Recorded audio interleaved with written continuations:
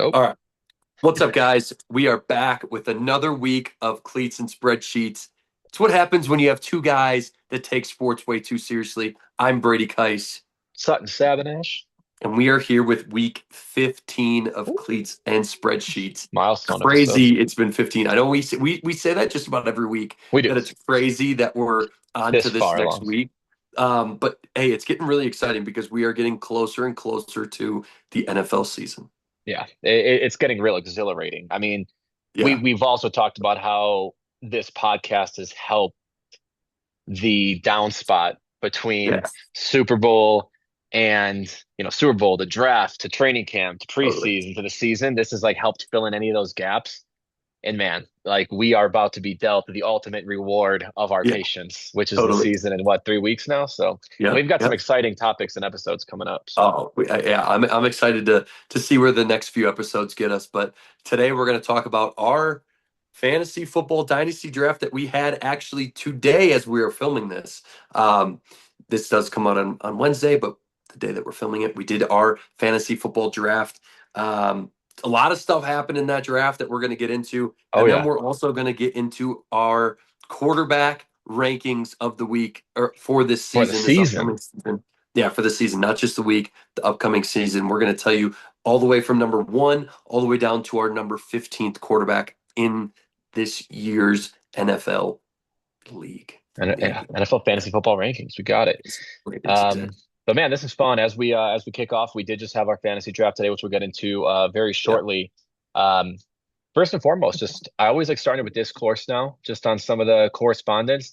First time I've ever seen Brady slander and shit talking in the comments. So I want to get your take on it. I'm always sitting here fighting battles, fighting wars, Yeah. in these comment sections, and now I don't even know why people came at you, but I was talking about sticker autos not being real sticker auto, like not being real signed cards.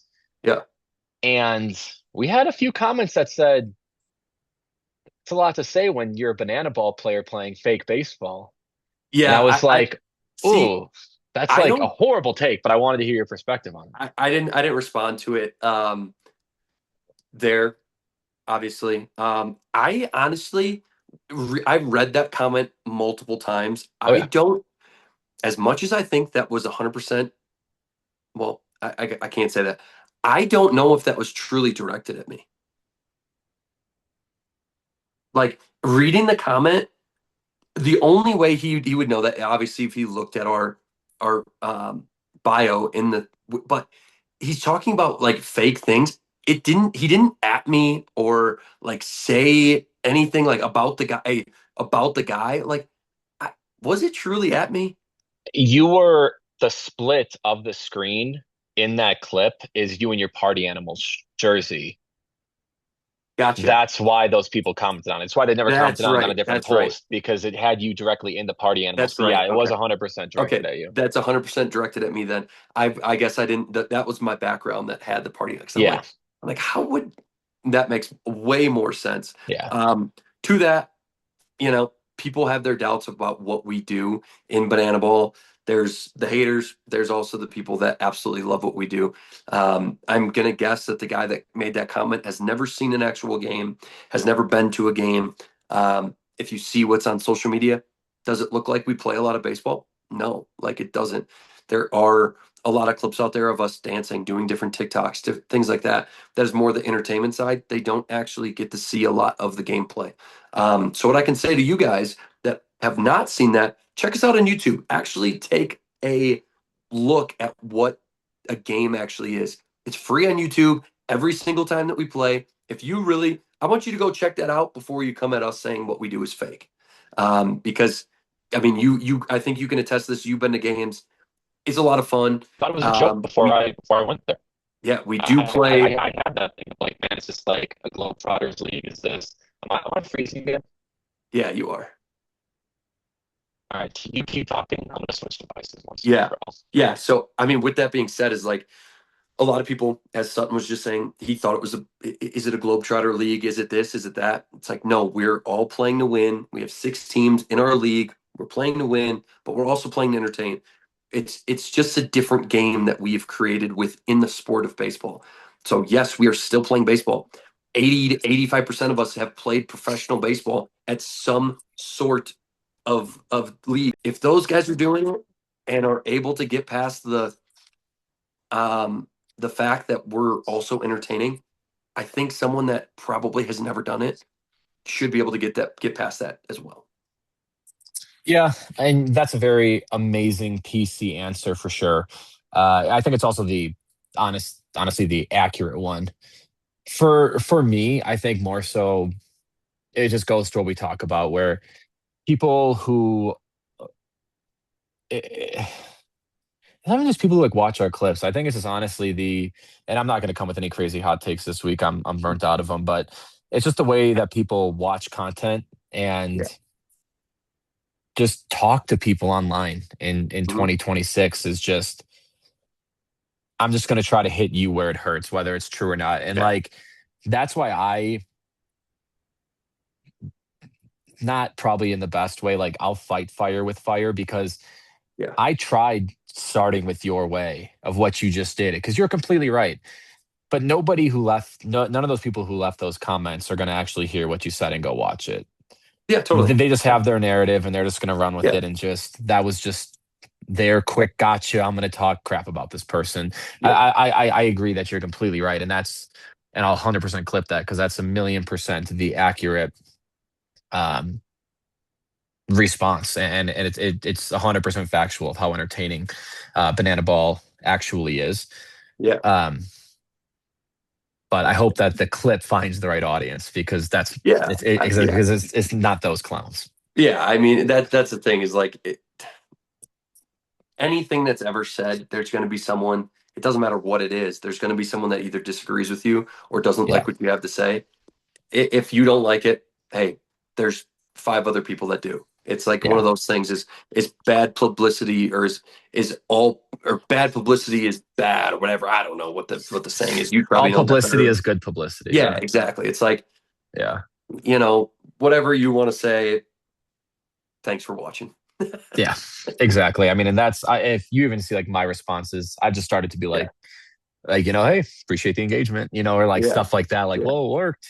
You're obviously Totally. here. You're obviously not Yeah. happy, whatever. Exactly. But no, I appreciate that perspective. This is also going to be interesting.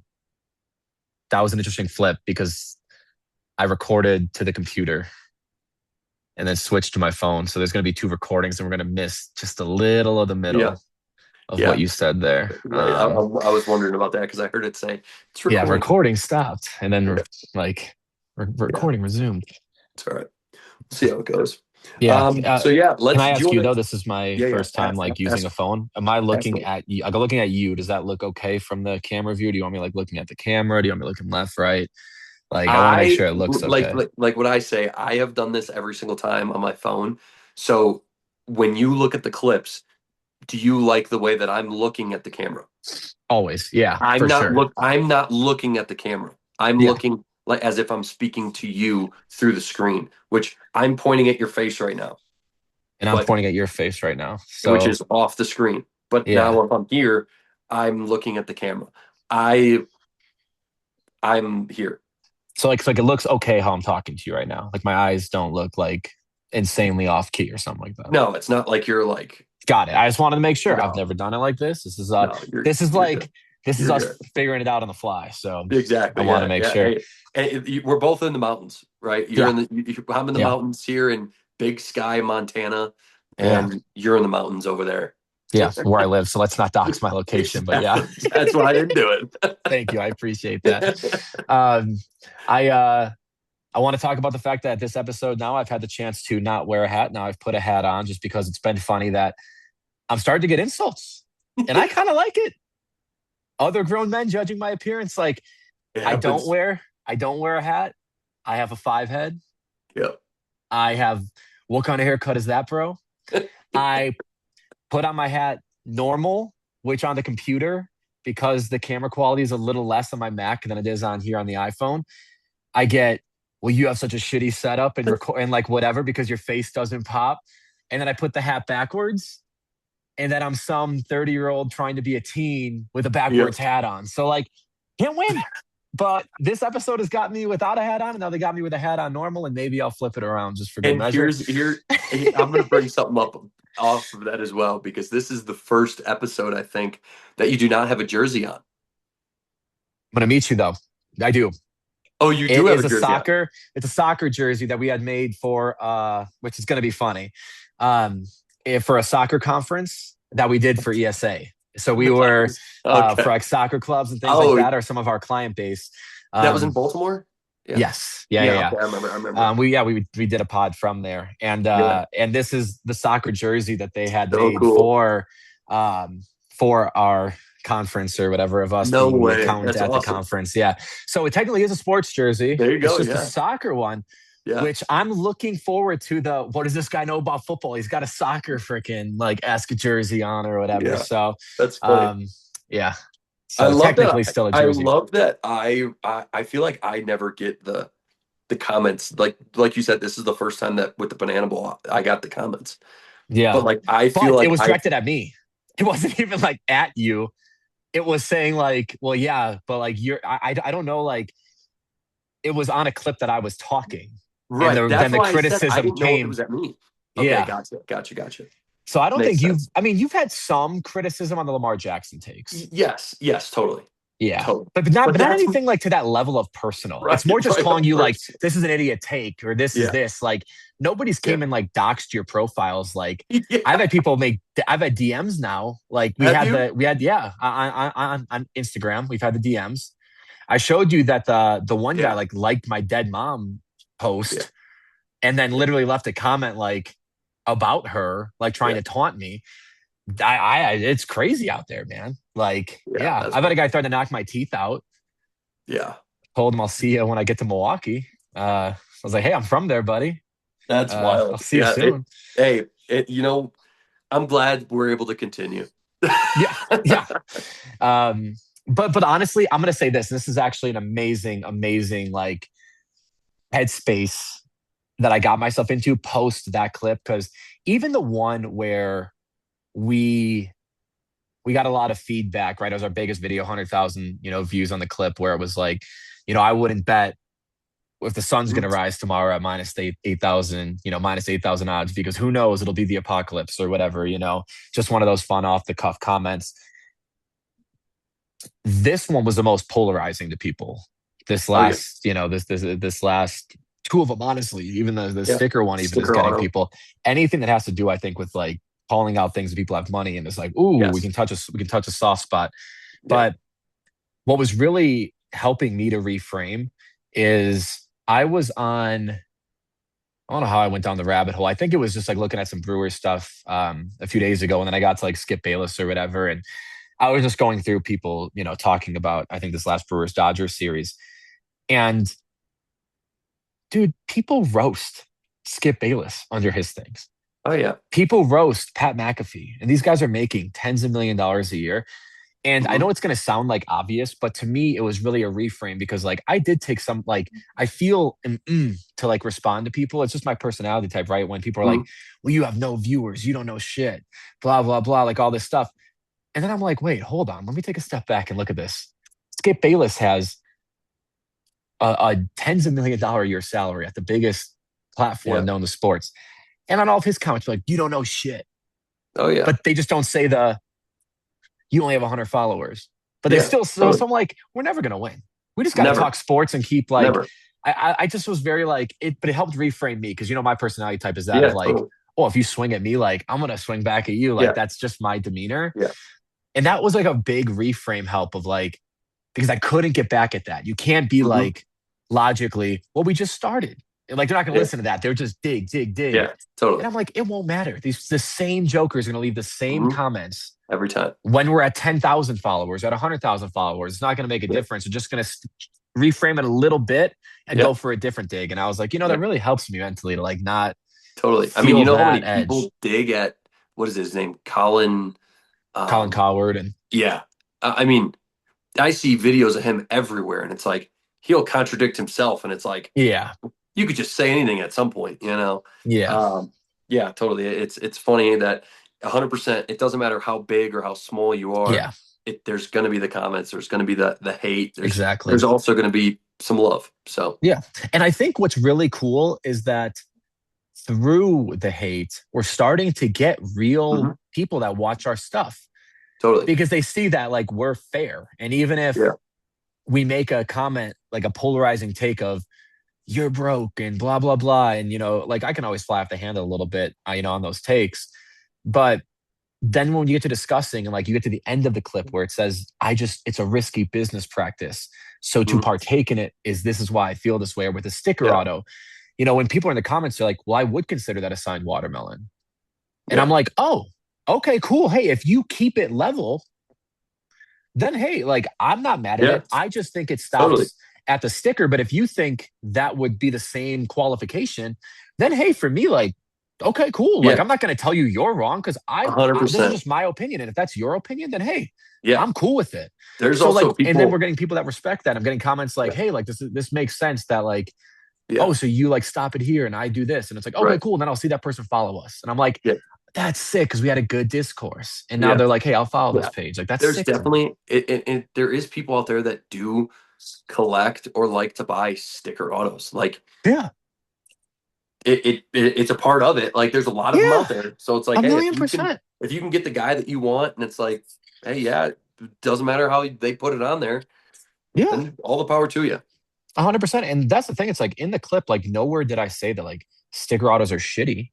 I Right. just said people have like sports collectors are a bit delusional in that they wouldn't consider a signed watermelon a signed watermelon. They Yeah. consider it a signed card. But when people are Yeah. like, oh no, I like still would, I'm like, oh well then cool.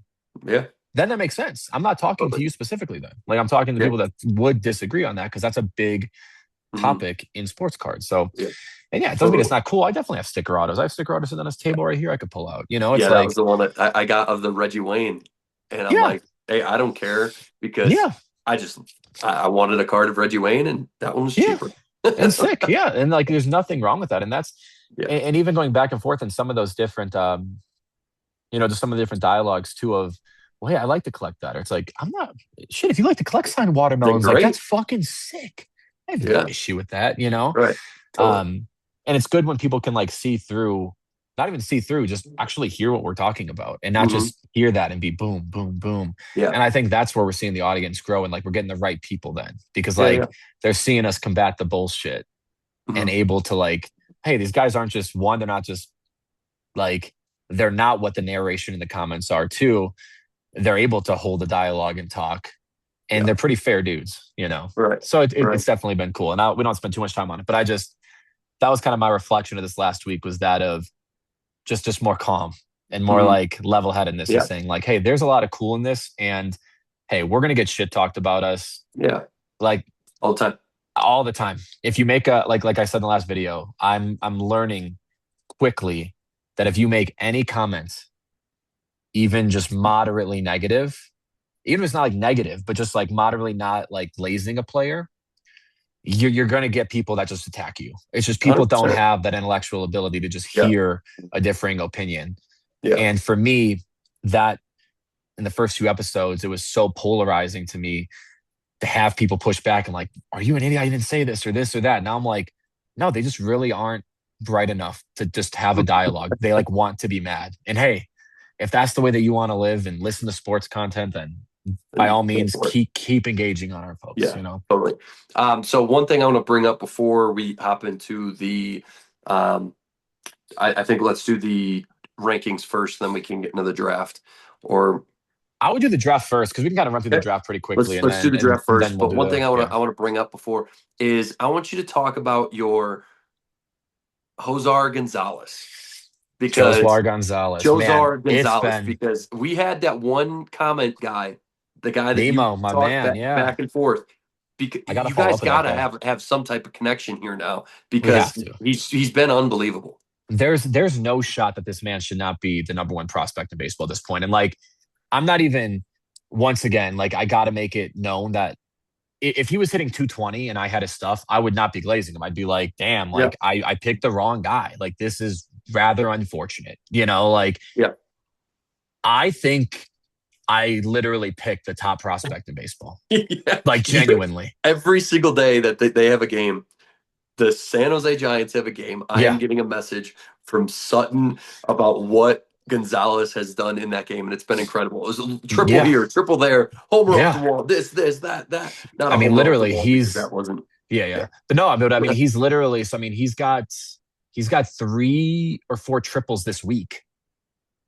And I mean, he just got called up. The man's 18. He'll be 19 in October. He's got like 3 or 4 triples this week. Yesterday he was 3 for 6, It was a walk th- off. 3 for 6 with a walk off the wall. Which, by the way, I didn't know this. I'm really like frustrated because like it matters in prospect stats. He only gave him a single for that. Really? Yeah, I thought at least a double that they should give him. He hit it off the wall. Could have almost been a walk off home run if he had another 5 feet. Did he not touch second base before the run scored? I don't know. I'd have to look. I'd have to look Hmm. exactly at like the timing. I mean, I know he was like jumping and celebrating, like on his way to Oh, second. He okay. definitely touched second. I don't know what Gotcha. the Okay. timing was, but it was originally a double and then they changed it to a single. And I was like, oh, I don't love that. Because everyone's like, well, he was a home run shy of the trip. And it's like, well, no, he didn't have a single. He should have had like literally if that's not a walk off, that's a stand up triple for him. Like he's the Yeah. fastest player in the minors. Like he's unbelievable. I mean, he had a stand up triple in the third inning, I think. And it was crazy. I mean, he was 3 for 6. His one of his outs was to the warning track too, like an amazing catch. So he's just balling. He's hitting 356 this month. I'm just looking at some stats here. He's 356 this month. He's got a home run. Yeah, 4 triples, 3 doubles, which arguably should have been 4, right? Yeah, 30 total bases, 15 RBIs. I mean, it's unbelievable. Slugging percentage Yeah. of 667. Like That's wild. it's nuts. I mean, every game is entertainment. I don't Well, even like it's quite literally awesome. I mean, same number yeah. of walks and strikeouts. There's like not a hole in the game right now, which is Right. That's big. unbelievable. Yeah. So Big. rambled a bit, but I No, mean, you're I good. genuinely think this is Yeah. I was debating, as I told you, like I had like a sell point on stuff. Yeah. Watching him play right now, I genuinely am. I haven't listed anything because Yeah. I think it's only the beginning, and I don't Right. feel that way often. Like when there's certain hype on cards, like you saw that insane MLB debut, right? The guy was 3 for 4, 3 home Hmm. runs. I Yeah. would have sold if I had any cards. Those Sold them things so would have quickly. just, oh my god, my hands would Have have you hurt from how fast I seen the listed. numbers on him? Like his stats or like the card No. prices. The card Oh prices. my gosh, yeah, like it went from like $200 to Bowman first $1,200 in a auto day. from $180 to Yeah, $1,250. yeah, like unbelievable. Who's buying that? Why, Who's why are you buying why? that? Why it'll never be worth that again. Like, And that's give it what a I'm. week, and it's I mean, he literally had three strikeouts yesterday. I mean, like, which is like not even a knock on him. It's just it's not going to get any better than that. yeah. Like, I'm I saying mean, even with 3 home runs and 3 strikeouts, right now he's on pace to be the best player of all time. of all time. Of all time. Like But 1250 for a base, like you're playing above church. You're paying, exactly. I need to pay to That's compare against horrible. everybody. It's terrible. I don't understand the people that are going after it. Like No, I can't fathom it. and you can like make the argument too that like, oh hey, well, like he's the first player in history to ever have that. It's like, okay, still his shit's gonna Yeah. be cheaper. Yeah. Like, and tell me who was the guy who had the record before? Like, Yeah. I don't know what his cards are worth. Right. Like, Exactly. If he and like goes, once if again, let's I just say wish he him the punches best, out for the but next 12, yeah, 12 at bats. yeah. What if he finishes the year with 5 home runs? Like, Yeah. it's good, but a Right. $1,200 fucking base Come rookie on. 10 auto, Yeah. insanity. But why I bring that up is I don't feel that with Josuar, right? Like the cards are going up; they're well over $100 now for a base rookie, for a base Bowman Chrome first auto, and I'm not feeling selling because I'm watching him and I'm like, this man's making like, I mean, he's in low A, but he's making it look like a joke. Yeah. Right. Yeah. That's the thing. I'm interested to see what happens when they bring him up to Double A. Yeah. That's when everything changes. I think that they have to. But I think they have to. How much longer can you keep a guy who's hitting like this in low A? I don't. I've seen moves are starting to happen a little bit Yeah. around, so I'd be interested to see how much longer it's going to be for them to keep him where he's at. Yeah. I mean, Unless there are people. unless they truly believe that there's other people that they need to move up, Yeah. before him, and like he's young. Who knows? But Yeah. why not? All I'm Why not? saying is like I literally told you when I started buying his cards up, this is, I mean, top of the year, Yeah. that I thought he was going to have a Churio type trajectory, and he's Mhm. blowing out Churio's single A numbers right now at the same age. Right. Yeah. And I'm just That's like, crazy. put him on that fast track and see if it can happen. Yep. I really think there's no shot that he shouldn't be a top 10 prospect in baseball by the end of this season. And I think there's a real argument at this point for top five. Yeah. That's good. All right, Baller. let's get into the draft. Yeah. I Crazy day. It was. I'm gonna need you to bring it up now because I'm on my phone. So I actually don't Okay. have I have it. So um how we do the drafts for the people that don't know, we are in it's a a dynasty league. dynasty full team keeper. We have 20 roster spots. Yep.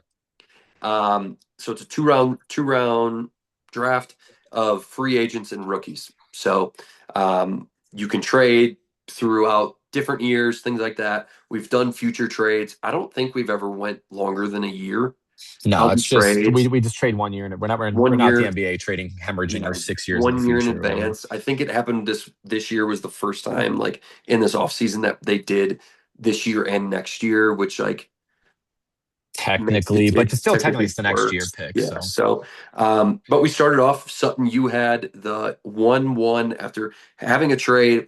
What were the picks that you were supposed to have? You had I one, mean, 1-1, 1-6, 1-9, one 112 one or 212 2-12, and and 215. 2-15. Yes. Yeah. You had, how many picks is that? One, two, three. You had six Five, picks, five five or picks. six, 5 or 6 picks. Yeah. That's a lot of picks. So obviously you ended up going with your guy. Jeremiah Love. I mean, I think that's the consensus, 1-1. I mean, Yeah. there's no surprise, there's no debate there. Bummed on the high ankle sprain, Yeah. especially in a meaningless preseason game. But I'll say this, he looked amazing Yeah. with the snaps that he got, the carries that he Mhm. got. I think, a high ankle sprain, obviously unfortunate, but Jeremiah Love's fantasy arrows just pointing straight up. That man gave no reason to look. Um, that man gave no reason to show that he's not going to be an absolute stud in the NFL. And I get it, it's one preseason game, but you can only do with what you're given. Yeah. And he just looked smooth. He looked quick between the he looked great. He looked outstanding. So I'm super pumped on that pick. Yeah. Next, we went to Bigoy, and he went with Tate, wide receiver from the Tennessee Titans. Again, that's exactly what we said last Yeah, week in yeah. our That was mock last week's draft. episode. Yeah, So far we are 2 for 2. two for Pretty two. But easy then it though. switches There up, switches up a little bit. and I'm going to say this, that I was the only one to guess that there was a possibility of three going the way that it did on last week's episode. Yeah. Yeah. You and Sam chose Tyson. Yep. I Yeah. said that there's a very good chance that with the teams picking this early, there's a strong argument for Price, and that is where Jadarian Price went, which was 3 in our rookie draft. Just What swags. what were your thoughts on that? I mean, our pick was Tyson. He's hurt. Like it's a hamstring. And not that it like really matters in this type of draft, but where they're at with those guys, uh, Swags, I think just needed a lot, right? Like Yeah. I forget who's even all on his team. I don't remember if he needed. I think he needed running backs more than a wide receiver. With I think he has Devontae Yeah. Adams and Land He McConkey. yeah, and then he's got like So Chuba and yeah. yeah, so it's like it makes sense for his team to take Price. It makes sense. Like I don't think it's anything super crazy. Like I like him. I think he's gonna have a good year. So Yeah. good for Swags. And I also we heard it from Streak. It was a consensus almost like across the board. Like, we had a very good chat going with all the boys over Yeah. FaceTime, and it was almost a consensus that there is a lot of thought that Price could outscore Love this year. Yeah. That there Yeah, was a lot of I think love, just no about pun everybody. intended, around that pick. Yeah, I think everybody was pretty high on Price. Nobody was really too surprised when he took Price. Like it was like like okay. It was like that whoa moment, but it's like, well, no, Yeah. I mean, it makes sense. I It mean it makes makes sense, sense. yeah. But then Tyson we went at go on to the 4. next pick. Yeah, Tyson went 4 I to mean, Tyson going Parker. 4 is interesting just because, too, I mean, this is like that breaking news of, remember, like Tunsil before the NFL draft somebody leaked a video of him, Hmm. like with the pop mask, the gas mask or whatever, smoking weed. If you remember, like the 2014 NFL draft, Who Laramie was it? Tunsil, the No, I lineman. don't remember that. I I mean, don't he's an remember that. absolute, obviously a goaded a goaded lineman now in the NFL. I mean, he's been a top five lineman in the past, over Yeah. the past decade Hmm. of the NFL. But yeah, somebody leaked a video of him, and that's why he fell to Miami in Wow. that, I think it was like 2014, 15 draft, maybe. I have to go back and look at the exact spec, but somebody leaked a video of him smoking weed in a gas mask to like hurt Wow. his stock right before the draft. And it didn't hurt his career at all because, like I said, he's been the highest paid tight Yeah. end the Yeah. last, whatever. Or tight end, I keep saying that, lineman. Um, Yeah. Lineman. but he's an exceptional talent. But almost like in a funny, related way, that was Tyson's hamstring injury news right before our draft started, like literally 15 minutes before we Right. started our draft. Hey, this guy's going to be out for 2 months. Yeah. It's like, They're oh, crazy. well, shit. Like that Which definitely like rattled some people's minds on which is funny because his the guy value. that took him though didn't even know it. He didn't. He He didn't he know. knew it. Well, but it came up. He's like, well, It he's came. hurt. He was like, Yeah. whoa, It whoa, came up and it was like, whoa, I'll take yeah. lemon. And then it was like, But wait, we already got you down for you you Tyson. you took Tyson, and it was Yeah. like, okay, like if you want him, take him. And then him being a And then stand he's up like, guy was like, no, no, no, okay, no, no. I said I it got Tyson. first. Yeah. Um, So which, he would have. which I still think Tyson's the pick at four. I I still do. wonder. I do wonder what would have happened if This is the Lemon, interesting caveat, right? though. Because the next one that we're going to talk about, Streak at 5, ended up taking Stribling, the wide Yeah. receiver from San Francisco. So I really Mhm. wonder if he would have taken Lemon and Tyson would have been there if Streak would have taken Tyson. And then that would have changed the entire trajectory of our draft Everything. because the next pick becomes I texted Parker and said, dude, you wanted to flip flop to Lemon anyways. Yeah. Would you trade me Tyson for this sixth pick? And I threw in Tony Pollard, who Parker could use Yeah. that kind of bye week flex running back. And Yeah. maybe I gave away a little too much, but I wasn't. I mean, I actually may. Hopefully, I don't need Pollard. But if Love is hurt, I Right. may need Pollard. But I once again didn't mince words on how bad I wanted Tyson Yeah. last episode and said I tried to trade up with Swags at 3 because I wanted Tyson. I thought for sure Swags was going to take him at 3. So for me to wind up with Tyson felt like for me an amazing win. And knowing my Yeah. wide receiver room, right? Like I have so many question marks and like Puka Yeah. and Marvin Harrison Jr., Brian Thomas Jr. Like I have all these wide receivers, right? I don't mind if he's out for 2 months. It doesn't bother Yeah. me. I can see how the Right. Saints shake out, stuff like that. But that's an amazing point, and we should have asked Streak, Yeah. hey, if Parker did flip flop to Lemon, would you have taken Tyson over That would have changed Stribling? everything. Because then that changes everything. Our Because then trade at doesn't 6, happen. our trade doesn't happen for sure. 100% no, which we'll talk about. But our trade never happens if that Yeah. doesn't play out. So that's interesting. What do you think of Doug? I want to sit on that pick for 1 second. What do you Yeah. think of Doug taking? I hope we're saying that right. Stribling? I think I'm it's not. Stribling. Yeah, And if not, we'll call it. clip it. Let's see what the people say. Yeah. You know? Look, we're gonna get told that If we don't we're know what saying we're talking Stribling about because we wrong, don't say his name right. there you go. What do I think of the pick?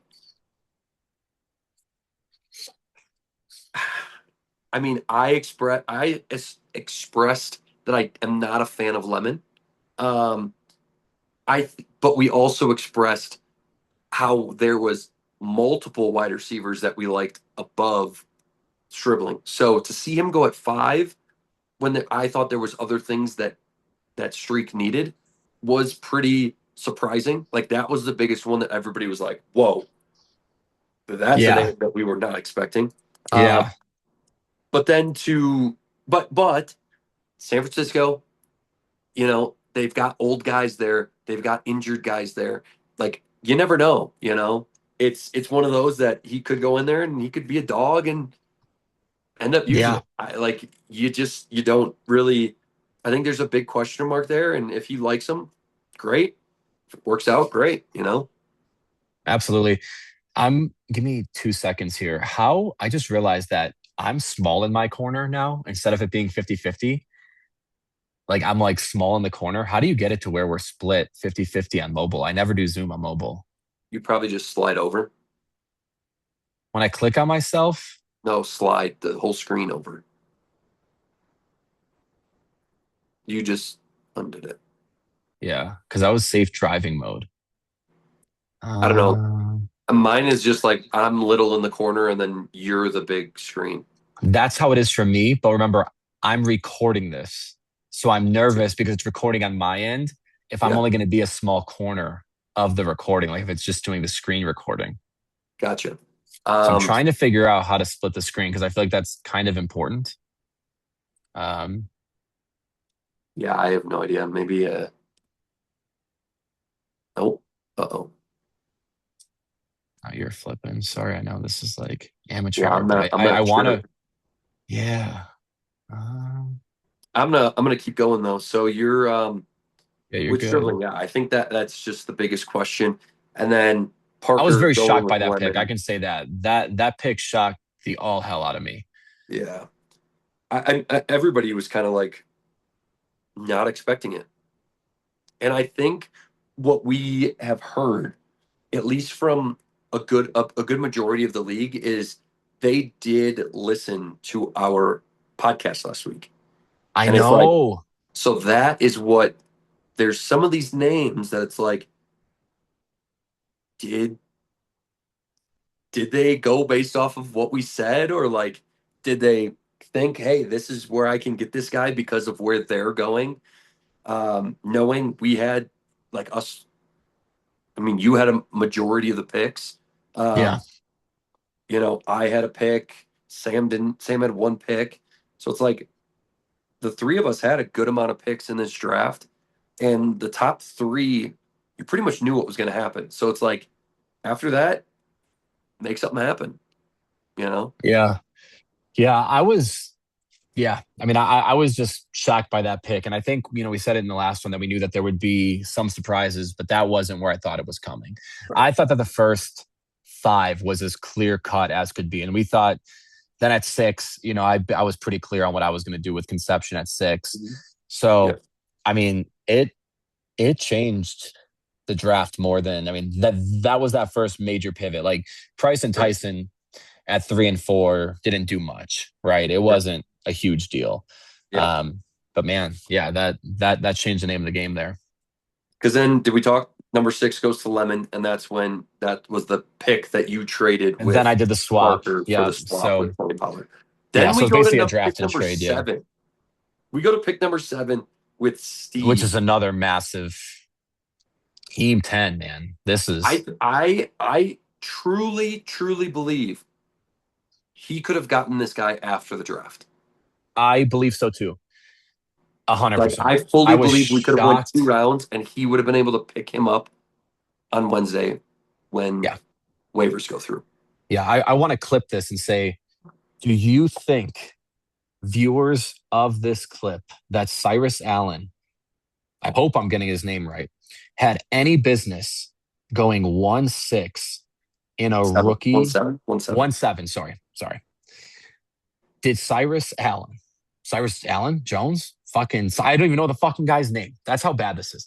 Did This Cyrus Allen Cyrus have, Allen. did Cyrus Allen have any business going 1-7 in a rookie dynasty league draft? I was blown away. Blown We away. we all said, who? I I've I never mean, heard of him. genuinely. I've never heard of him. I thought he was trolling for a hot second. And then the only person to know it was the Chiefs fan. Was the diehard Maybe Chiefs fan in our league. Yes. Was the he's only he's been person lighting it to up in but lighten it up. preseason. It's like, all Good. right, I But still think we could have gotten him. you could have got him after the draft, or you could have He, traded up for like 215 and nobody was touching him. yeah, I thought it was Casey crazy. Conception. You had some more guys that were just past there. I mean, you had Sadiq, you had Mendoza, you have David. Yeah, I mean, oh my gosh. I mean, you have Jonathan Brooks. Yeah, Was down there in our league. You have so many guys available that I was shocked. very. And this pick Shocked. also was what Pivoted gave our league. us was what gave me when I saw Yeah. that happen, and I was like, okay, the next pick, it's either I had the text typed out.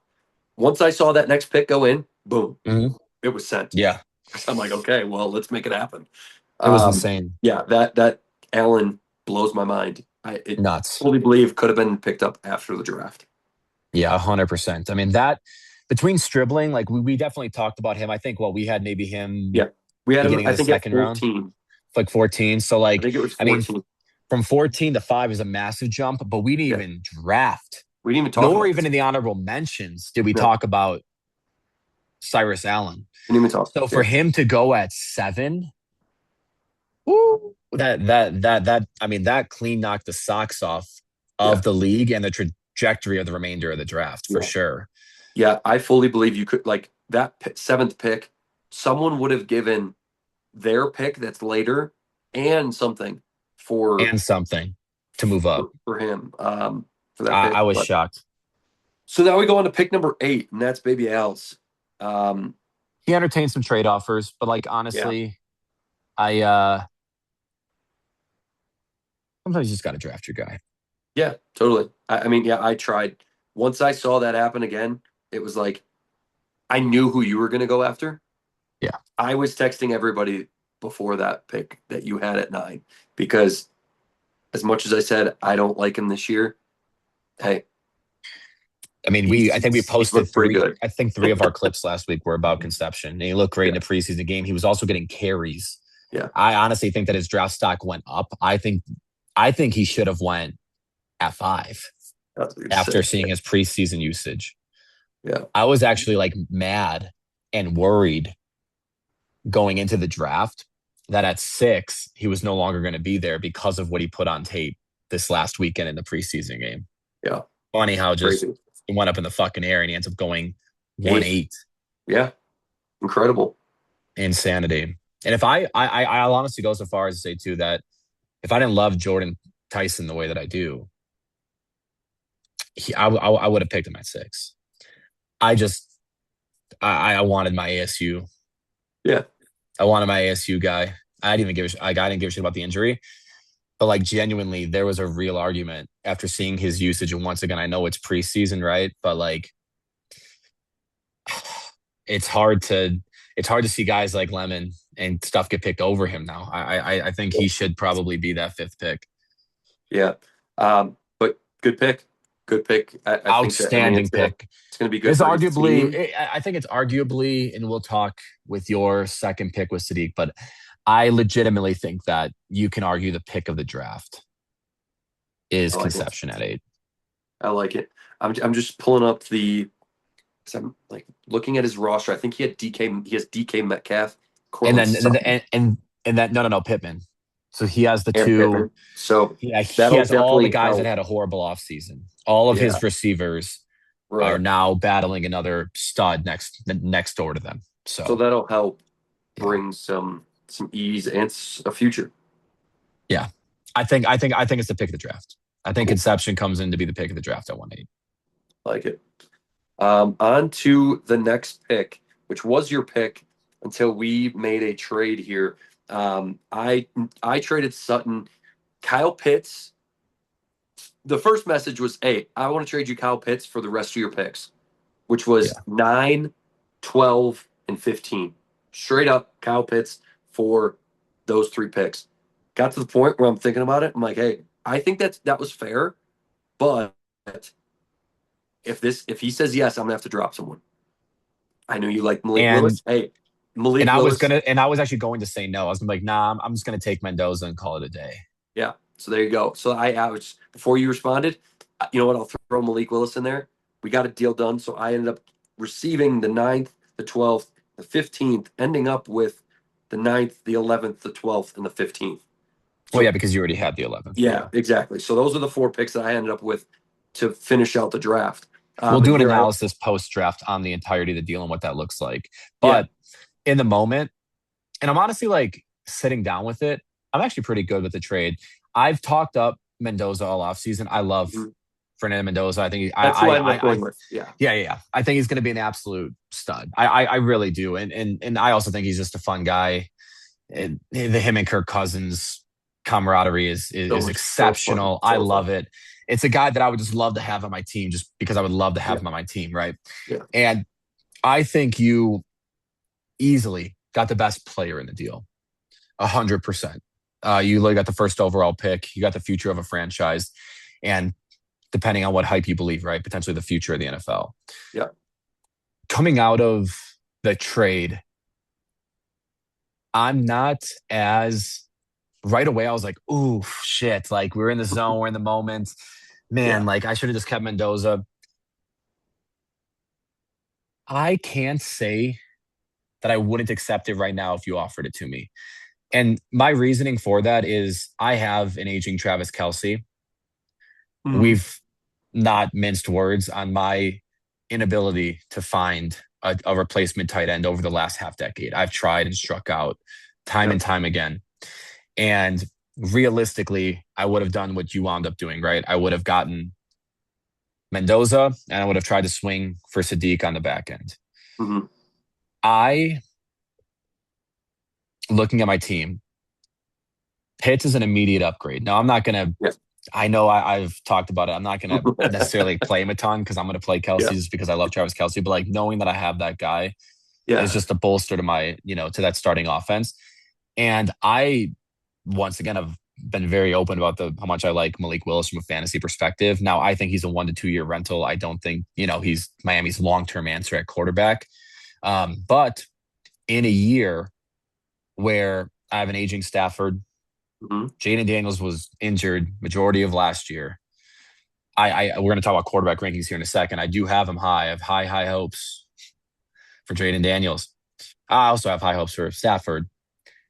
I don't mind having that Yeah. potential fluke high upside quarterback option this season. And in 2 years, yeah, right. You look at that and you go, man, did I make the right thing? Like Pitts will be aging at that point too, and Willis won't be a starting quarterback anymore, and Mendoza will be 24 and about to lock into his prime years. But when I look at the next couple of years too, I think how many potential quarterback options Oh, yeah. are coming out. Next year is a super heavy class, and more so on top of that too. When we get to like me trading 3 picks, I was so psyched after the draft to go look at who was available because there was so many good guys I think that are still sitting there. I have no roster spots unless I'm going to go and cut Brian Robinson. He's my only guy to cut, and Bijan's handcuff I think is so insanely valuable that it's not worth taking a flyer on a rookie to cut him. I'm not going to cut Brian Thomas Jr. I'm not going to cut Marvin Harrison. I'm not going to cut like any of these guys. I'm not going to cut Kelce. I'm not going to go and cut Jordan Tyson now, Jeremiah Love, Josh Jacobs. Like my team is still so strong that I wouldn't even have the roster spots for the other guys. Right. So in hindsight, do I think in a 5-year window we play this out? I mean, no, is the value there? But it's one of those things where if I get, in the playoffs, you get that 50-point game from Pitts, you have those 2 big games that swing the pendulum and I win a few games, when it matters. I think it's one of those it's one of those trades that I really do believe is a win-win. Yeah. Just depending on what lens you're viewing it through. I'm viewing it as a win now. For you, this is now your security blanket almost of now you've got the young guys. Like I think it's no doubt this is a long-term win for you. Yeah. But I'm hoping that there's enough oomph in the immediate to where it becomes, hey, it can still pull me along. Yeah, totally. So then we get to the last pick of the first round, and this is the first pick that is off of the free agent market for us in Tyler Shuck. Tyler Shuck, Saints quarterback. Yeah, I mean, we don't got to do a whole lot of chatting about him. I've done enough. Expressed how you do not like him. Yeah, but once again, I mean, when you're picking at 10, you've got a guy who's projected for 3,600 yards, regardless of my opinion, right? This man is literally being put in the same over-under categories as Justin Herbert, above Jordan Love. If he's available in your draft board, I mean, you have to take him. You have to see what you got there, especially in the back half of the first round. I mean, he's better than Shedeur Sanders, who I had on my bench. Ended up dropping today, but I would probably rather have Shuck than I would Shedeur, 1,000,000%. And that's once again, I think this is just a very important message that anytime you have the opportunity to say it, it's worthwhile. I don't like Tyler Shuck because he's being compared and put in the same category as Justin Herbert, Caleb Williams, above Jordan Love. To me, that's what turns him into avoid, stay the fuck away. This guy's overrated as hell. If you threw him at 3,000, a 3,200 over under, I'm like, hey, Tyler Shuck's an interesting guy to look at because he might be able to, exceed your expectations. It's a very important distinction to make, in my opinion, that we're not actually obviously we're massive fans of some people, but I can say with almost all certainty, between you and me, we don't actually dislike or hate any player, anybody in life. Right. So when we have takes, you with Lamar Jackson, me with Tyler Shuck, it's simply based off of where they are ranked, right? Yeah. It'd be like looking at Amazon stock. We're looking at this like value. Yeah. It's looking at Amazon stock today. It's trading at just north of $200. If you threw it as a $50,000 stock, it'd be like, Amazon is so overvalued. It's dog shit. And it's not that Amazon is a bad company, but at $50,000 a share, I'm like, whoa, guys, pump your brakes. Like Amazon is too risky here. It's not a good buy. Yeah. It's never personal. And I think that's what's important here is at 110 with who's still available on the board, I think Tyler Shuck is an outstanding pick. And I can say that in the same sentence as thinking he's overrated as hell. But at 110, suddenly I'm like, I get that pick. I think it's a great shot. Now Parker's quarterbacks are Lamar Jackson, Sam Darnold, and Tyler Shuck. Yeah. Hey, that was my one thing when we were talking about Parker's quarterbacks. Yeah. He didn't have 3. No. Now he's got 3. I like his quarterback room a lot better. 100%. And I think in the same way that it's kind of funny that he rosters both of the quarterbacks that were both in the other corner of belief on. I do think it's funny. But and I obviously think by a landslide it's going to end up being Lamar Jackson. But even if one of us are right, he's got his quarterback. And that's fucking awesome. Right. Totally. Then we go on to the first pick of the second round, and we go back-to-back picks of free agents. I go with wide receiver McMillan from Tampa Bay. He was injured last year, came back. He's a good guy. Mbuka, we've talked about Mbuka. What's going to happen with Mbuka? Is it going to be him? Is he going to become the JSN? Mm-hmm. And if not, it's like, hey, I'll take a flyer on this guy. He's been there, so I think he's going to be there too. He's put up some massive games, and I think he's better than some of the wide receivers that I had on my bench. So I'd rather have him. I don't really 100%. Need to say anything more on him. My other thought on that is, because you have Tez, right? Yep. So, between Tez Johnson, between McMillan, I've talked about my potential concern with Ibuka. I do think he's going to be a stud. I actually think he's more the JSN.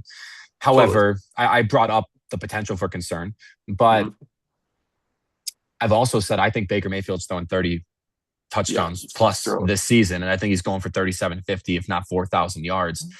And I am even more sold on that now with his contract dilemma, that he's going to go out there and just sling like his life depends on it.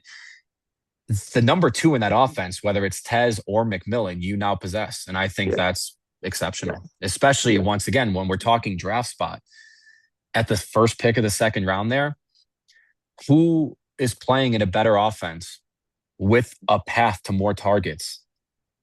Yeah. And that much upside at that spot. I don't know who. I think that's an awesome pick. Here we are now. I want to ask you this question. Were you surprised by that? I was. Seeing last year last episode we didn't talk about free agents. I was definitely surprised just because I've never heard you mention him, right?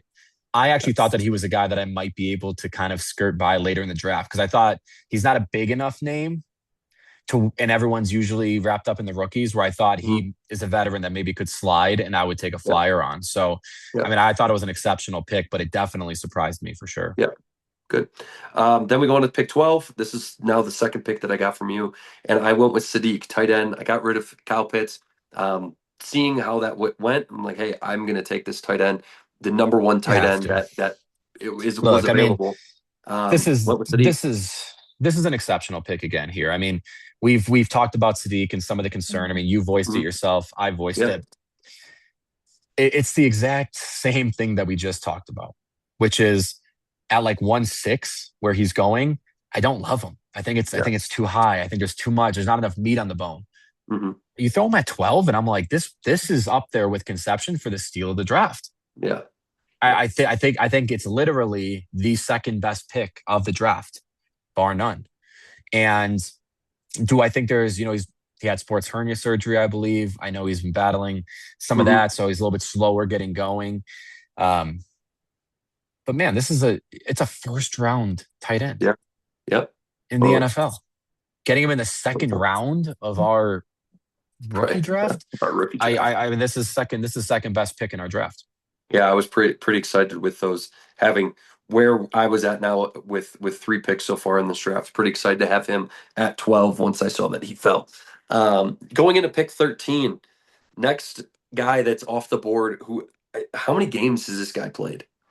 1, 2 NFL Who is games. this? Is this Jonathan Brooks? Jonathan Brooks. I mean, this right now This was is. your pick, like what, 3 years ago? Oh yeah, he He was was my like the first pick in second the overall draft. or something, right? Yeah. I took him like top 4 for sure. Yeah. I thought he was going to be an absolute Yeah. monster, and I held him for a while. But then, I mean, you tear your ACL twice. I just didn't have the right. Yeah. I was like, I can't keep holding this guy. Can't. Like and once again, you got to know our teams and things like that. When you saw my roster depth, even Yeah. this year, right? You have And Chase. yeah, I you're had not gonna Chase hold. Brown, Brees Hall, Jonathan Taylor, Josh Jacobs, and all these guys. Like I had no spot for Brooks. So, Right. No. but this I think Jonathan Brooks, if he's available in your league, is the biggest wild card with potentially the most upside of Yeah, any he's up player. there. I mean, he's to me, he's right behind Love and Price. Like he's right there. I was hoping If that he he was, was going to yeah, be one that fell through the cracks. yeah, That's I was what I was shocked to hoping. see him go, Yeah. especially who we went with. That's a great pick. That's an Yeah. outstanding pick. It's an outstanding pick. I was really glad to see him get recognized at that point. I think Yeah. this could be the steal of the draft. Yeah, I mean, If the world's biggest if, the man can't even handle more than 15 snaps in an NFL season. yeah. But if it works, this is a great pick. It's a great pick. And we saw last year that the Panthers, it was a polarizing clip that we had. Yeah, the Panthers do not care if they have to shy away from Chuba Hubbard. Mm-hmm. They'll ride the hot hand. Yeah, they will. And Brooks, if he can show that explosiveness, Which that what is he was supposed to have 3 years removed from showing. Yeah. My God, like that's an offense that could use that caliber Totally. of what they drafted right now. We don't know who he is today, but at that pick, that's a flyer of flyers, and I love it. Yeah. Next, we had Steve picking at pick 14. Coleman, running back from the Broncos. Another guy that we had after the draft. We did not talk about him as much. I'm almost positive. Let me make sure here, because I think he was an honorable mention. But he was an honorable mention. I think it wasn't like a. But I also said that you guys are crazy for that, because you guys like talked about Tennessee's guy above him, and I thought that was nuts. I actually don't mind the Coleman pick. Do I think he's a running back of the future for Denver? No. But you have a running back in J.K. Dobbins who, while insanely talented, can just not stay healthy. And Harvey hasn't stepped up or proven that he can be a bell cow or really the 1-1 in that offense. So I think Coleman's got a unique, literally Dobbins right now is hurt. Mm-hmm. Yeah, he is. And I love Dobbins. I think he's, once again, insanely talented. But, out of the best of the rest, right? Coleman's got the best line to snaps out of any rookie running back that isn't named Jeremiah Love, Jadarian Price. Possibly. We'll talk about it. Right. Yeah, yeah. From what we had in our draft, he did fall through the cracks. So this could be could have happened. Not saying it would have or did, but could have. Steve possibly would have been able to get both of his picks after the draft. Yes. And if you want to Possibly. take it, yes, if you want to take it to that level, I believe it's a debate, but I actually don't think it's a debate, actually. I take that back. I didn't like Streak's draft at all, and we'll talk about that when we get to his next pick, but Steve Yeah. by far had the worst draft. If you go into a draft with what, 1-6 or 1-7, and then what was this pick? 2 and 2-4. It was 14th pick. So yeah. So basically you're coming into a draft with 7 and 14, and you walk out of there with Cyrus Allen and Coleman from Denver. We'll see. We'll see if it works out. Yeah, but when you're saying we'll see if it works out, that's I mean, you took some flyers, my guy. Like the next pick is the last pick that I traded you for, and I am so happy about this pick because when I just had love the this one pick. pick, when I had the 11, it was between McMillan and Chris Bell, who I got now at 15. Yeah. Was able to get Chris Bell, wide receiver for Miami Dolphins. He is injured. He is hurt. But I think this guy has a lot of potential. I think nobody is as high on Chris Bell as you or I. Yeah. And I'm confused by it, genuinely. Because I think he is one of the best flyers in this draft. And nobody's talked about him besides you and I. Right.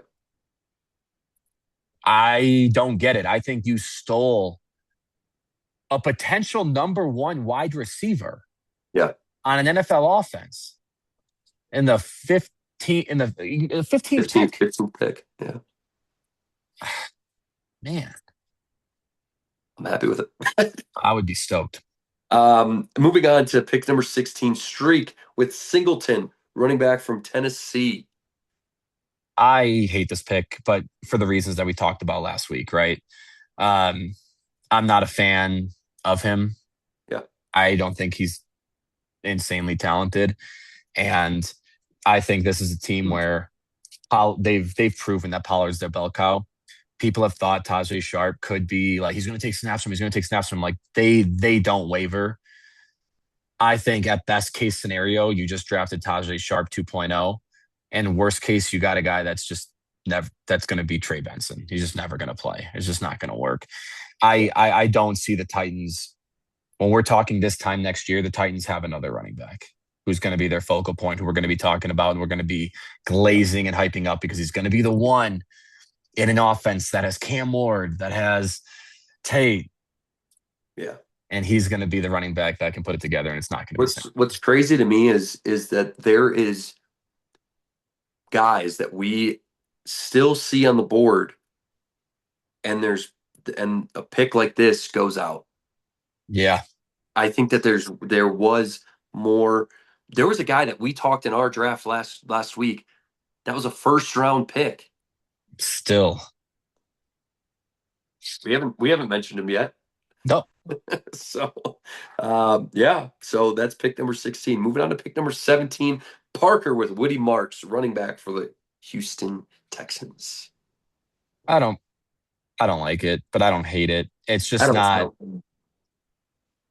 I don't mind. I would always rather take like a high flyer upside rookie though, just for fun at that point. Like, but I think Marks can play. I mean, he's put some good film out there, but now you got Montgomery. They signed. I'm just not like super excited about it. It's not like a sexy pick, but it's definitely not a bad pick. That's the thing is like some of Parker has. I mean, I like to pick as like this. The guy's been there. The guy has put some stuff up there. As a guy that looking at his team, I'd rather have a guy that like, hey, has shown a little bit that could do it than that flyer late. So I understand the pick, I think, from Parker. I definitely get the pick. I just don't. I can't say I would have done it. Yeah, totally.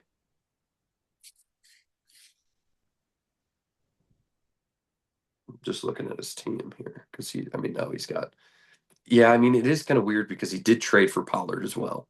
That's yeah, Dang, man. He now has Tony Pollard, Monig, I don't know how to say the yeah. running back for the Bears, Kyle Travion Monengai. Henderson, Kenneth Gainwell,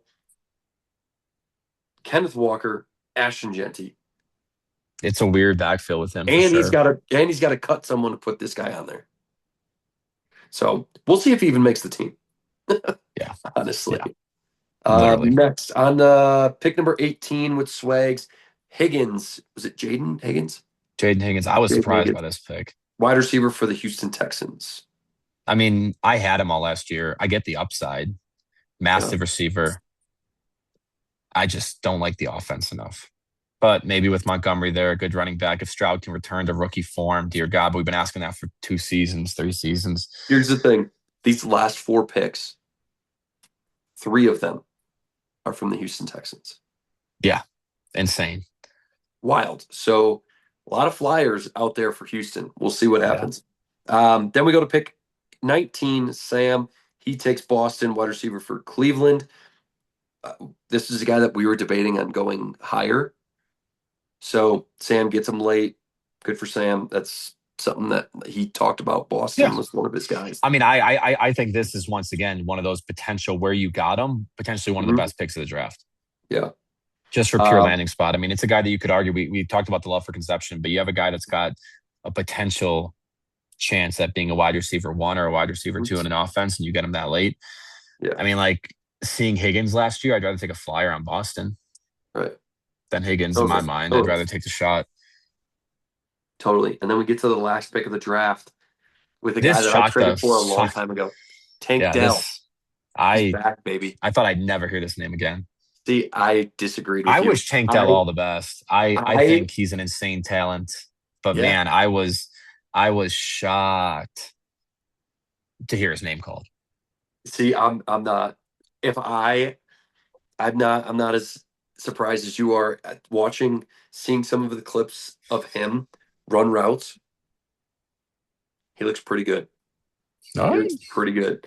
So hopefully that helps CJ Stroud a little bit to get Tank Dell back there. I think. Yeah. I mean, I traded for Tank Dell a couple years ago, so I've always liked Tank Dell. Hopefully he comes back and is a stud. Yeah. That is the draft. That is a draft. That's the draft. That's All a draft, 20 picks. baby. Crazy that there's some names that we didn't say. Yeah. Who do you think was the biggest miss? The biggest miss. I mean, hey, I know we got waivers on Wednesday, but I want to hear who you put in for. Cooper. But Cooper, the other wide receiver for the Jets. Omar Cooper, yeah, I know exactly what you're talking about. He's had some bad press this week, though. Horrible press this week. He played well into the fourth quarter. Oh, he played well into the fourth quarter. Really? Yeah. Yeah, it hasn't been going well for him at all. Here's his latest update. Yeah, we had games when a lot of these preseason games were going on, so I haven't been able to watch. So here, I'll just read it for you quick. Yeah, let me know. Omar Cooper Jr., The Athletic, whatever, believes Isaiah Williams appears to have overtaken Omar Cooper for the starting slot receiver job. Yeah, he played. Here's the next. He entered the game, second drive, established starters called it a night. He played through the Jets through the 6th drive. He was the last non-quarterback first-round rookie. Yeah, since I want to make sure I say this right. Omar Cooper played the latest into a preseason game of any non-quarterback first-round rookie since Treylon Burks in his rookie season in 2022 when he was struggling because they kept him out there to get him more targets. This does not bode well for Cooper's early season usage and outlook. Wow. Okay. I mean, that changes some things, but he's still a first-round receiver. No, he's still a first-round receiver. I'm just saying that's kind of crazy. Totally. There's 2 other names that I have that it's like, do I see that they would have went? No, maybe not. But I think that they're better options than some of them. Jalen Coker is a guy that I think that, could have been said. And then now seeing Xavier Worthy out there is kind of It's pretty crazy wild. that Yeah, he got dropped. I mean, like, I'm definitely giving away who I'm going to be going after. I mean, I actually don't know if I'm going after these guys because, like I said, I don't have any roster spots, so I got to figure my life out. But I was surprised that nobody took Kyler Murray. I've expressed my love for Kyler Murray. When he plays, he's an active QB. For fantasy, he's very, very viable. Yeah, He's got an amazing team around him. At running back, you got Jones, you've got Jordan Mason, you've got Justin Jefferson, obviously Addison. They just got Juwan Jennings. I don't understand how Kyler Murray can be on a waiver wire in 2026. It yeah, baffles me. Romeo Dobbs, surprising. I get it that they went and got AJ Brown, but we've talked about our love for Drake May. We have not minced words on our love for Drake May. We're about to go into yeah, our quarterback rankings where Drake May, I'm assuming, is going to be very high for the both of us. So yeah. to see his second option sitting on a waiver wire, pretty Hmm. surprising. True. Um, Yeah, I and guess yeah, I've only looked at the wide receivers, but I will tell you two other names that I have now. Like going through here, Eli Stowers didn't get picked, yeah, tight end for the Eagles, and then my other tight end Oscar Delp that I yeah. don't understand that didn't get picked. He is, I'll tell you what. I'll tell you. So that was that's looking at tight ends. Looking at some running backs.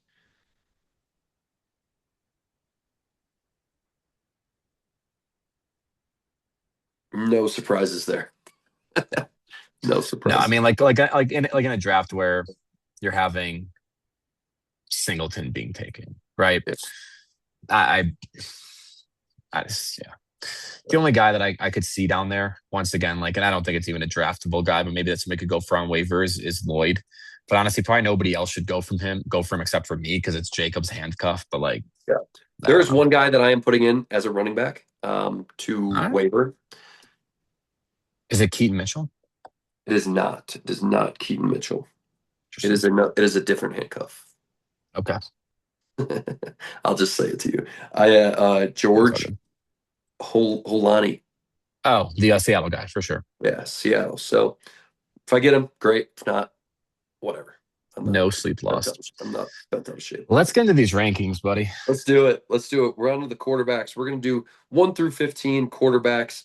How do you want to do this? You just want to kind of like What just I say your think, one and I'll say my one, or I honestly think let's each own it, right? So you go through your 1 to 15, give the explanation. I'll kind of battle it back and forth, and then I'll go through mine. okay.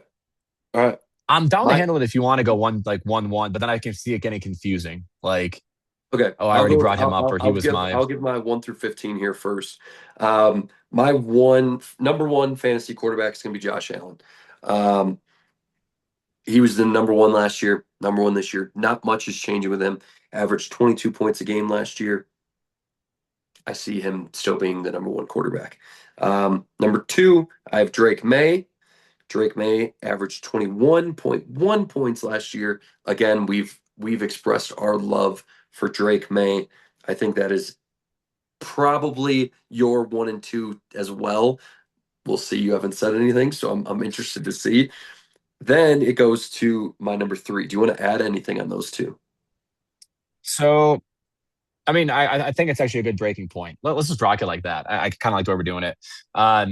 My 1 and 2. So my number one fantasy quarterback for the upcoming 2026 fantasy football season is indeed as well Josh Allen. There you go. Josh Allen has been a top 2 quarterback in fantasy football every year since 2020. He's actually been number 1 every year except 2024 when Lamar Jackson obviously had that massive, insane Excellent. MVP-esque campaign. He's really Mr. All Reliable. There's no other Yeah. way to put it. No matter if it's a 4-point or a 6-point quarterback touchdown league passing, it doesn't matter because he's going to get it done with his arm. He's also going to get it done equally with his legs. He's just a clear-cut QB1. And not only for fantasy football, I've expressed how much money that I have on Josh Yeah. Allen overs this upcoming season. Josh Allen is my clear-cut, Yeah. without a shadow of a doubt, QB1. Yeah. I didn't put much next to those two. in stats wise. Put the last year's average. I think it's pretty self-explanatory. We've talked enough on those two guys of Yeah, see, why but they would be our but number one. I got a debate though. Like my number two is also Drake May for the upcoming fantasy football Okay, so season. debate me However, on why our 1 and 2 I'm are the debating same. it of why you think it's insanely clear cut. Because depending on if you're in a 4 or 6 last year, he was either number 2 or number 3 with Matthew Stafford. They did have that easy schedule last year, and I'm definitely aware of that. I have him at 2, right? I debate, hey, I know he had the easy schedule last year, but he still had to put those numbers up, and he still balled out. And you can't deny data is data and numbers are numbers. And this year, a more difficult schedule, but you have the addition of A.J. Brown. Exactly. And for me, I actually think that while you may see a bit of regression on the passing side, he only had 450 rushing yards and 4 touchdowns. And for a guy with his speed profile and with A.J. Brown now stretching the field, with Romeo Doubs now stretching the field, I actually think that Drake May's upside in 2026 and what's going to solidify him into that second spot isn't necessarily repeating the passing numbers, though I think he can be comparable. It's that I think that he can really up those rushing numbers. So it isn't that I also think that I don't think he's the 2. It's the fact that I do think it stands to at least have a little bit of dialogue around it. And it's not just like a clear cut, this is the guy. Yeah. Looking here. So Drake May, for me, he was a rookie last year. I think second year, having a year under his belt, things like that helps him. The addition of, as you said, A.J. Brown, Romeo Doubs. I really do like Romeo Doubs. I've said that when he was with the Packers, he's just he gets open. He's not like the craziest, flashiest wide receiver, but he's a guy that's going to be there, be open. That if you need it, it's going to happen. I've expressed how I like Travion Henderson.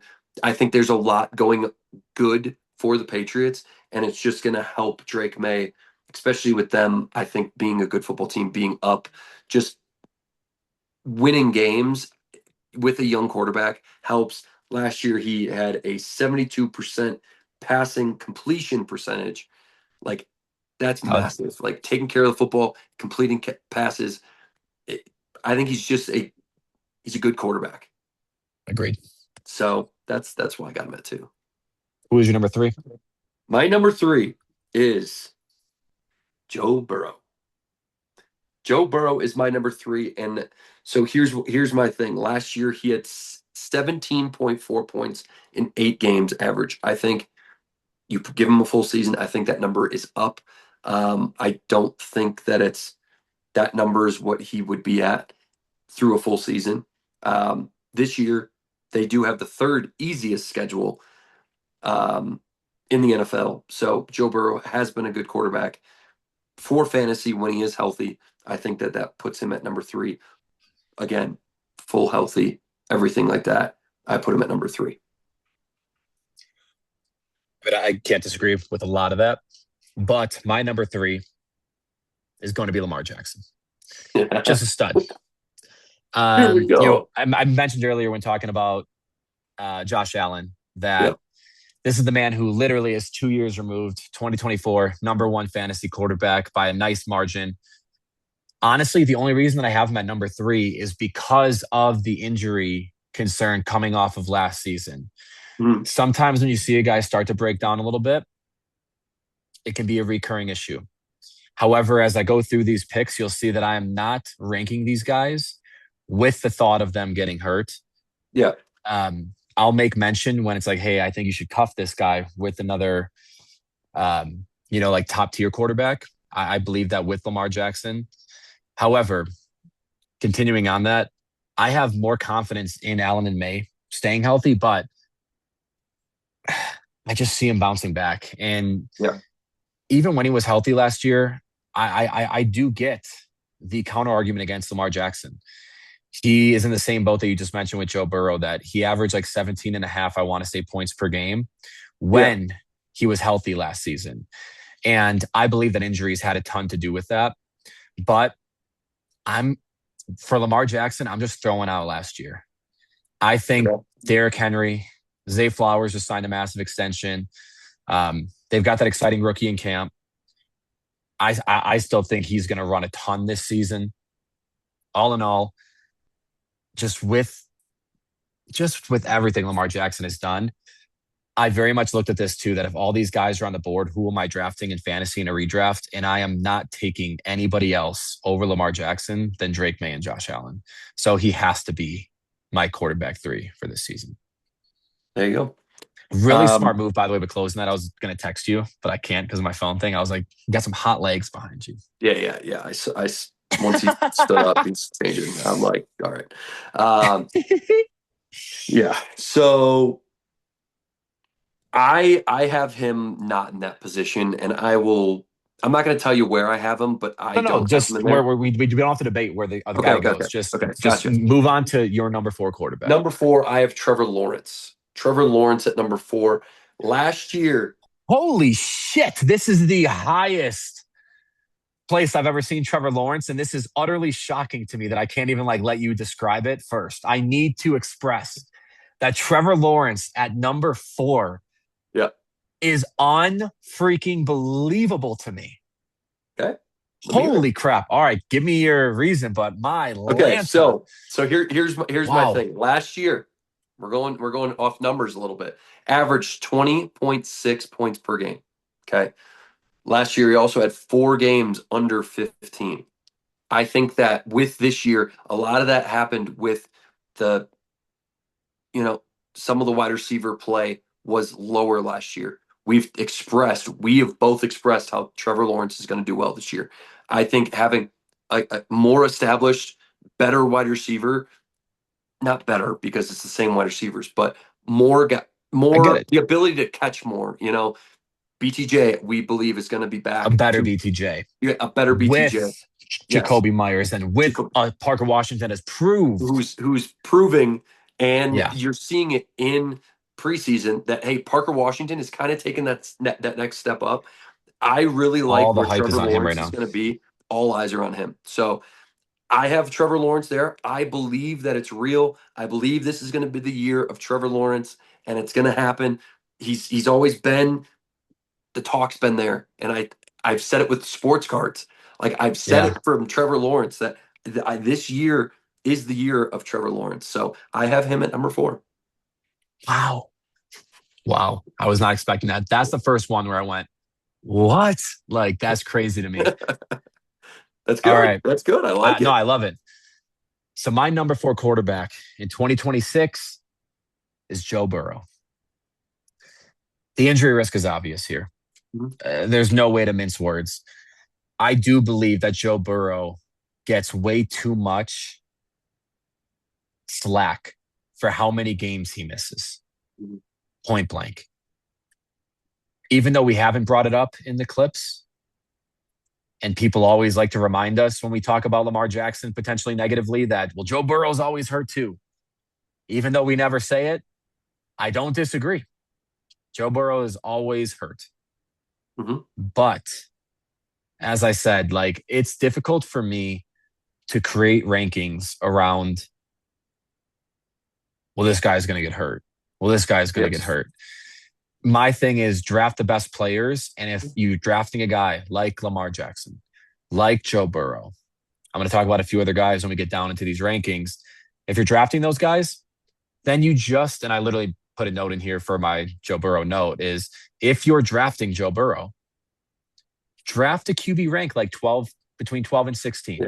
Just to have that good handcuff. You want to have a high end, either a back end QB1 or a high end QB2 if you're drafting a Joe Burrow, right? Yeah.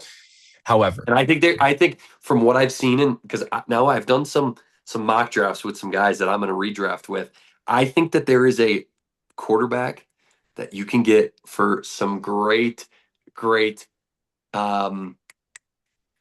Great value. And we'll talk about it when we get there. Yeah, and just on that note, and then I'll get back to my Joe Burrow take. I think that in 2026, this is the year of the least amount of gap between 4 and 15 than ever before. I think if you miss, to me, Josh Allen, Drake May, Lamar Jackson, or Joe Burrow,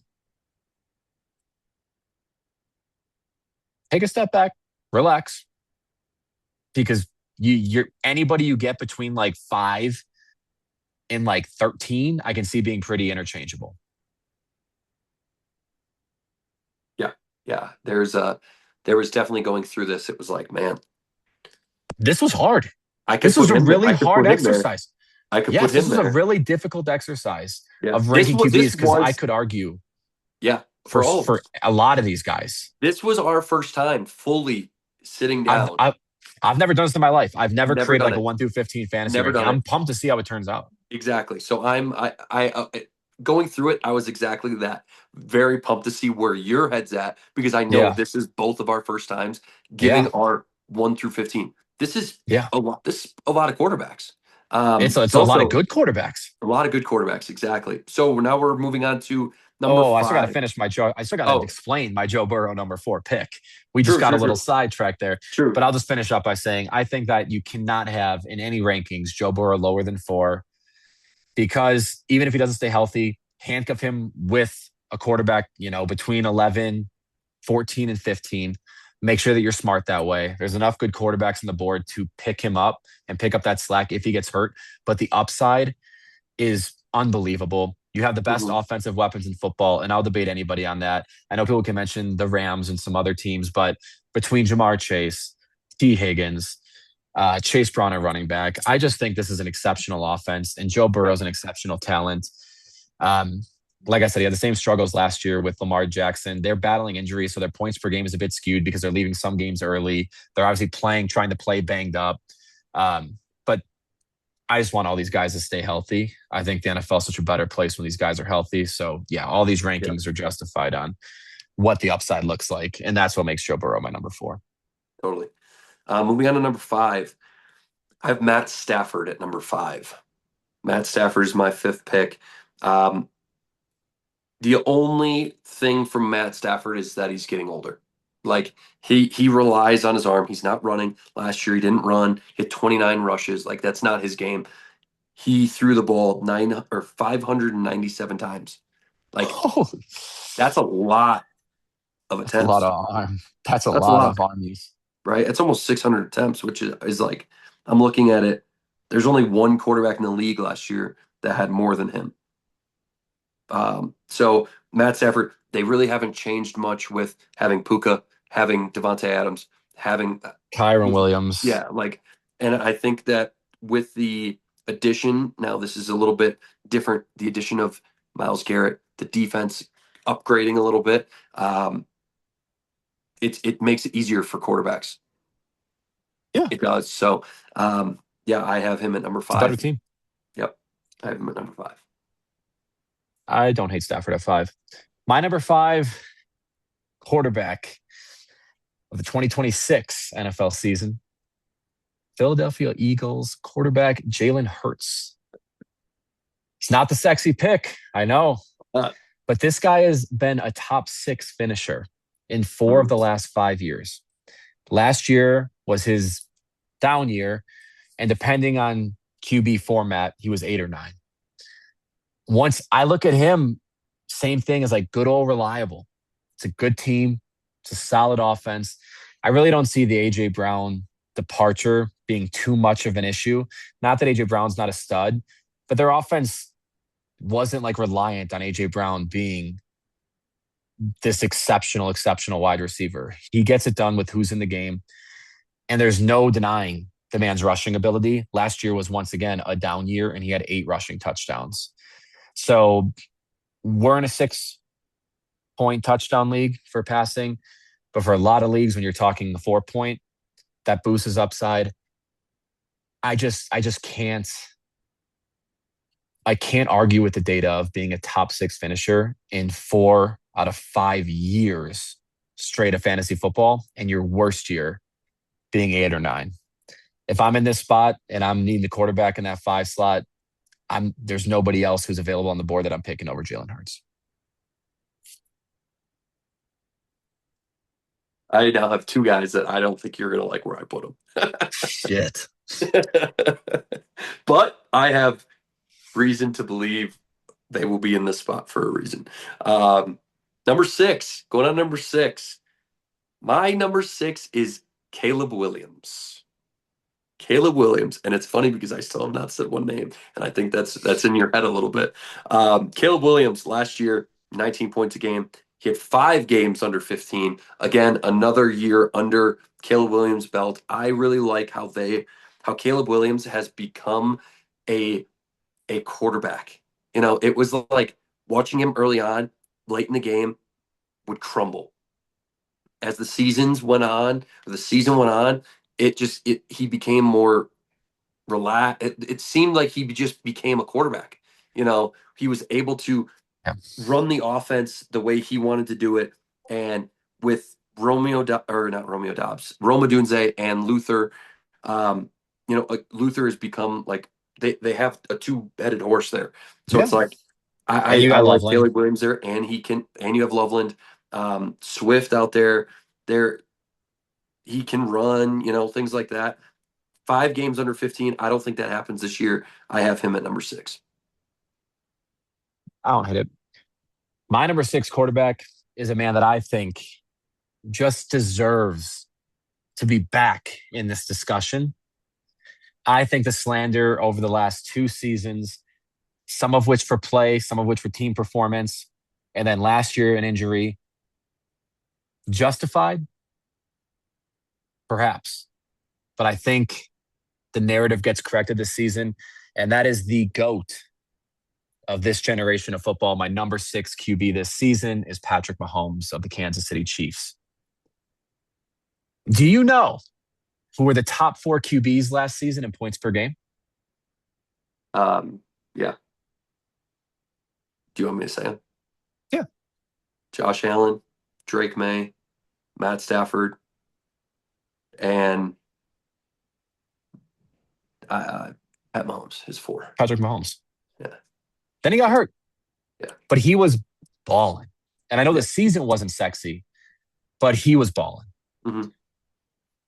I just know that even with the narrative against him, a lackluster 2024 with an injury season, I just think this is a clear bounce back. There's a reason that he's literally favored to be comeback player of the year before the year even starts. It's likely Kelsey's last season. I think with Kenneth Walker, it's going to open up a lot of the passing game because there's finally a running back teams need to be scared of. I think he returns to Patrick Mahomes' form.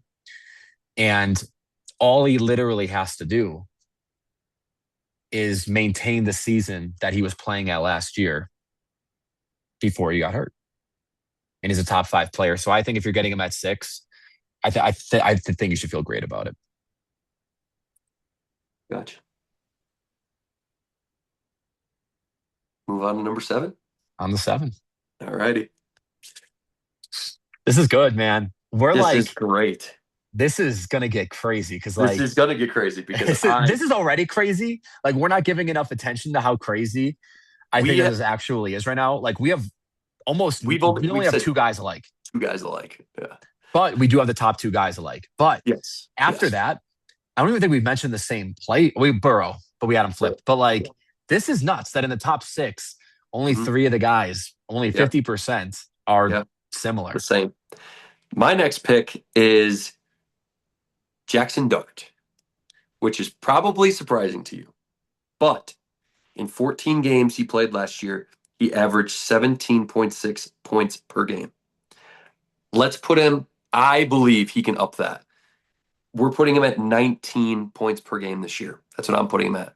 Okay. In 17 games, it's 323 points. Last year, that would have put him at 5 or 6 finishing the season. So give him a full season.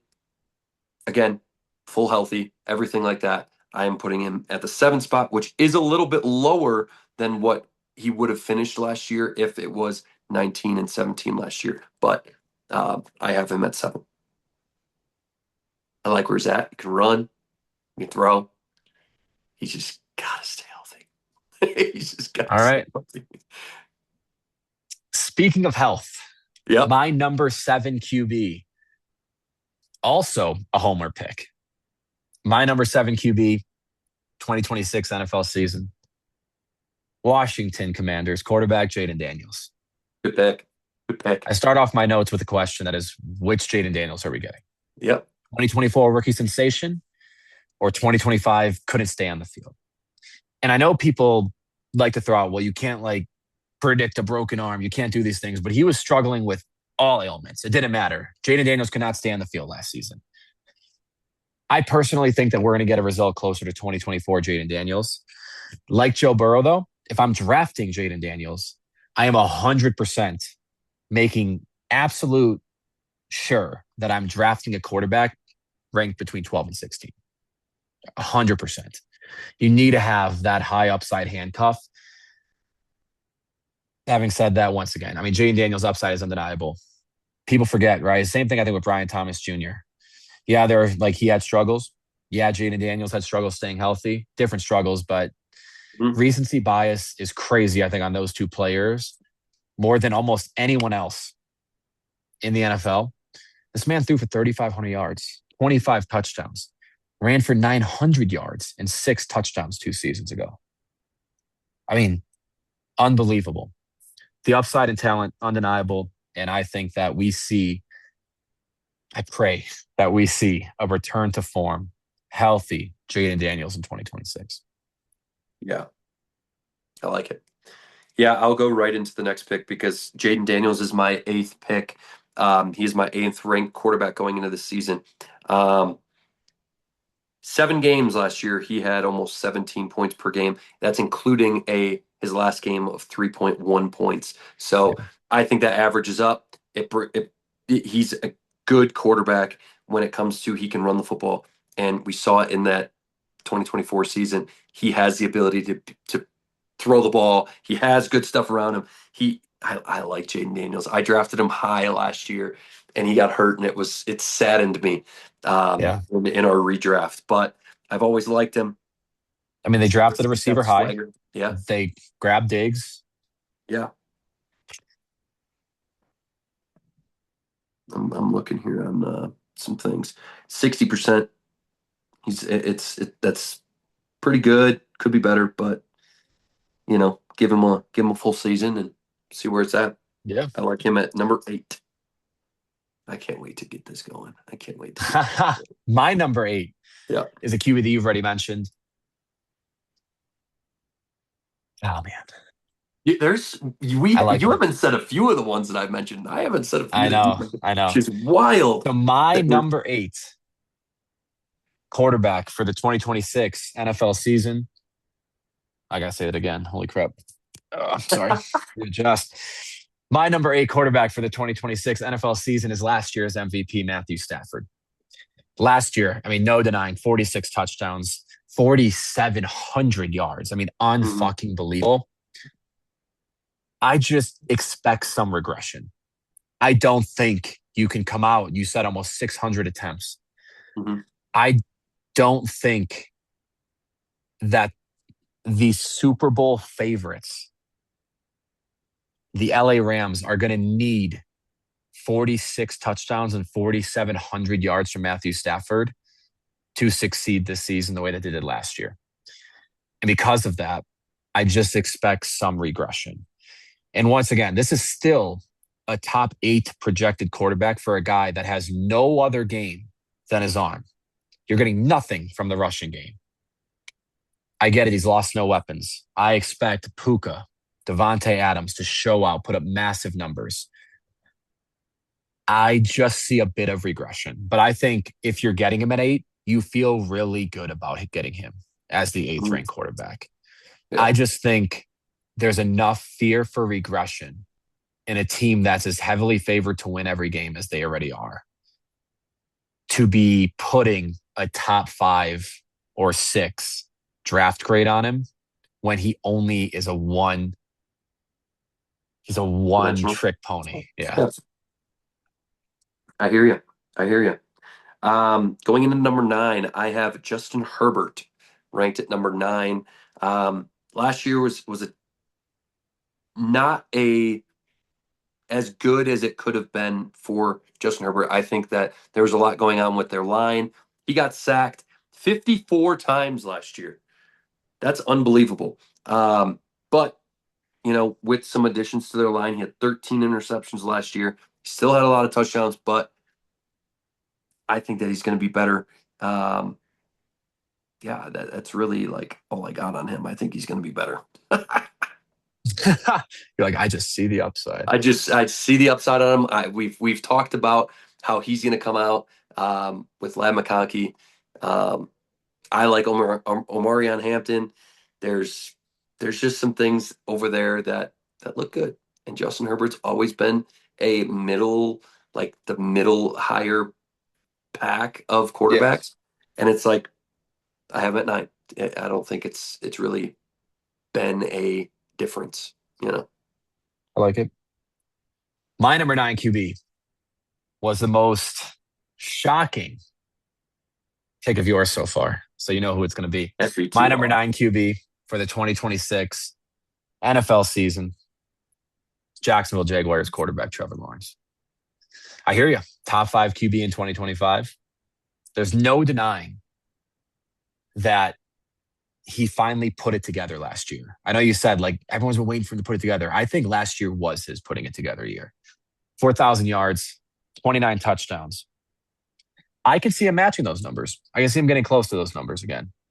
However, the craziest stat of all that I see an insane amount of regression on is that he had 9 rushing touchdowns. Like, that's nuts. Yeah. That's crazy. I don't know what his over-under was last season. I'm not going to act like I knew it or know it, but it had to be 3, 4. 9 rushing touchdowns is nuts. I do expect him to put up a strong season. I just see a bit of regression. And also with him being at 9 is because I am ranking and banking on guys like Joe Burrow, guys like Lamar Jackson, and guys like Jaden Daniels remaining healthy. Trevor Lawrence is a ton more reliable than those players. And I'm not denying he's going to have a great year. I just see some regression. And with those other guys back and hopefully healthy, I just see him edging out the top 10. Gotcha. My number 10 is going to be Dak Prescott. So, Dak Prescott being the number 10 quarterback, he was the one quarterback that threw more than Matt Stafford. He threw exactly 600 attempts. He had 600 passing Insanity. attempts. Unbelievable, right? Yeah. Now, that was also with some of the guys, like CeeDee Lamb missed time. Having CeeDee Lamb back, having to be able to get that connection last year with George Pickens and now fully have CeeDee Lamb back, I think it's going to be a great thing for them. He had 67% completion last year. I think that, honestly, as crazy as it sounds, I think it goes up this year because of having the two-headed monster of George Pickens and CeeDee Lamb to be able to make something happen with maybe not one, but the other, and vice versa. I think that goes up. I don't see them not slowing down that passing game with those two guys. I think that stays pretty consistent. So having him here he was the number 5 quarterback last year. Now I have him at number 10. There will be obviously something that happens with him, but I think man, I can't wait to see him. I can't wait. Like that. I like it. My number 10 quarterback of the 2026 NFL season, Chicago Bears quarterback Caleb Williams. There's no denying it, right? 3,900 yards last year, just shy of a 4,000-yard season, 27 touchdowns and 7 interceptions, an insanely amazing touchdown-to-pick ratio. Took so much better care of the ball when dropping back this year. 380 yards, which I think is a little light. I think he could honestly run a little bit more to 3 touchdowns also. I can see those numbers improving actually a little bit. My thing with Chicago and with Caleb Williams kind of as a whole is I think last year was like a perfect storm. And I'm not ready to board the Caleb Williams and Chicago Bears train just yet. I talk about a guy like Jaden Daniels, right? Where Jaden Daniels has an exceptional rookie year Mm-hmm. and then battles injury the second year. And I'm hoping he gets back to form. We've seen 2024 Caleb Williams, which, yes, once again, rookie season, finding your bearings. Number 16, I think I want to say. He was like between 15 and 20, depending on scoring. Quarterback in 2024 as a rookie. Number 6 last year. Overall, fantasy points per game, a little bit lower, but in that same range. I'm not saying he's going to be bad, right? At all. 10 is exceptional. I'm just not ready to consider him yet, in my mind, a top 6, 7 quarterback when we still have you're yet going to to clip notice one of how those. much that I do that. Like now that I called it, like I do Yeah, it all. we, I we say it have all the we time. have yet to clip one of those, I know. by the way. One of these weeks. I'm just.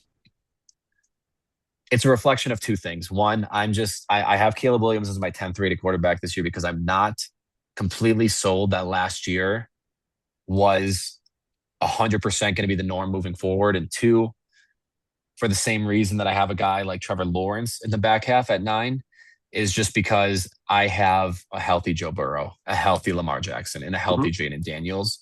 And when all those guys are counted, I think he just falls a little bit off of that 6th spot that he was at last year. There you go. Moving on to number 11.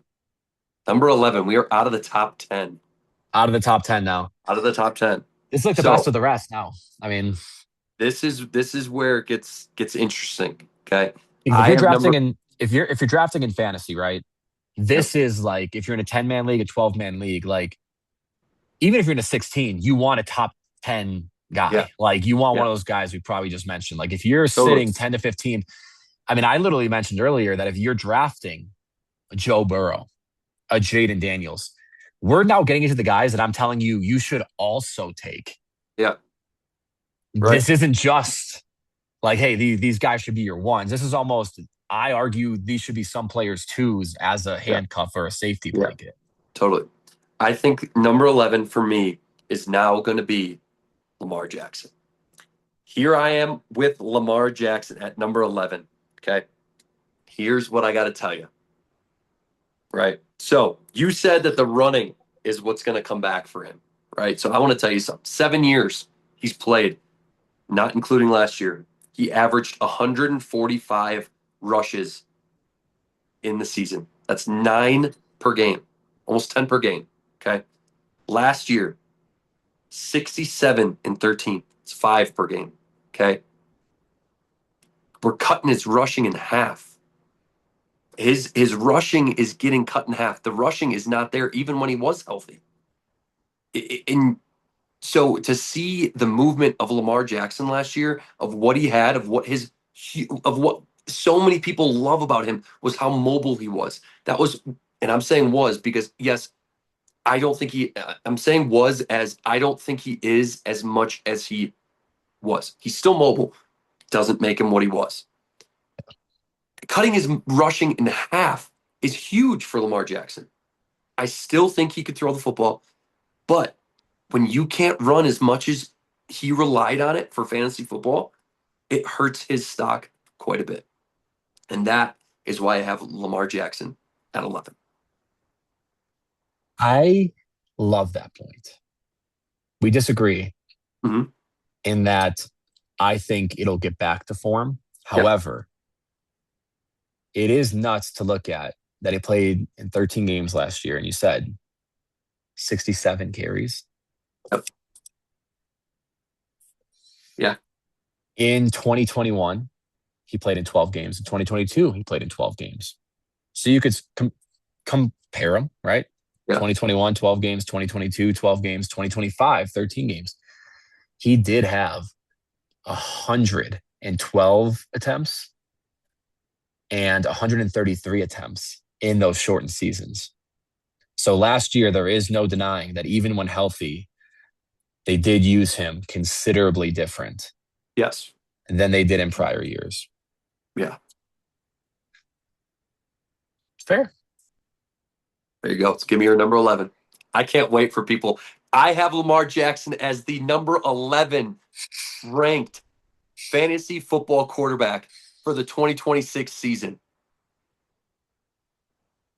Damn. 11.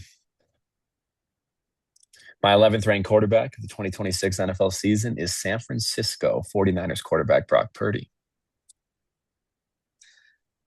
Brock Purdy last season, when healthy, absolute stud. 5th ranked quarterback points per game.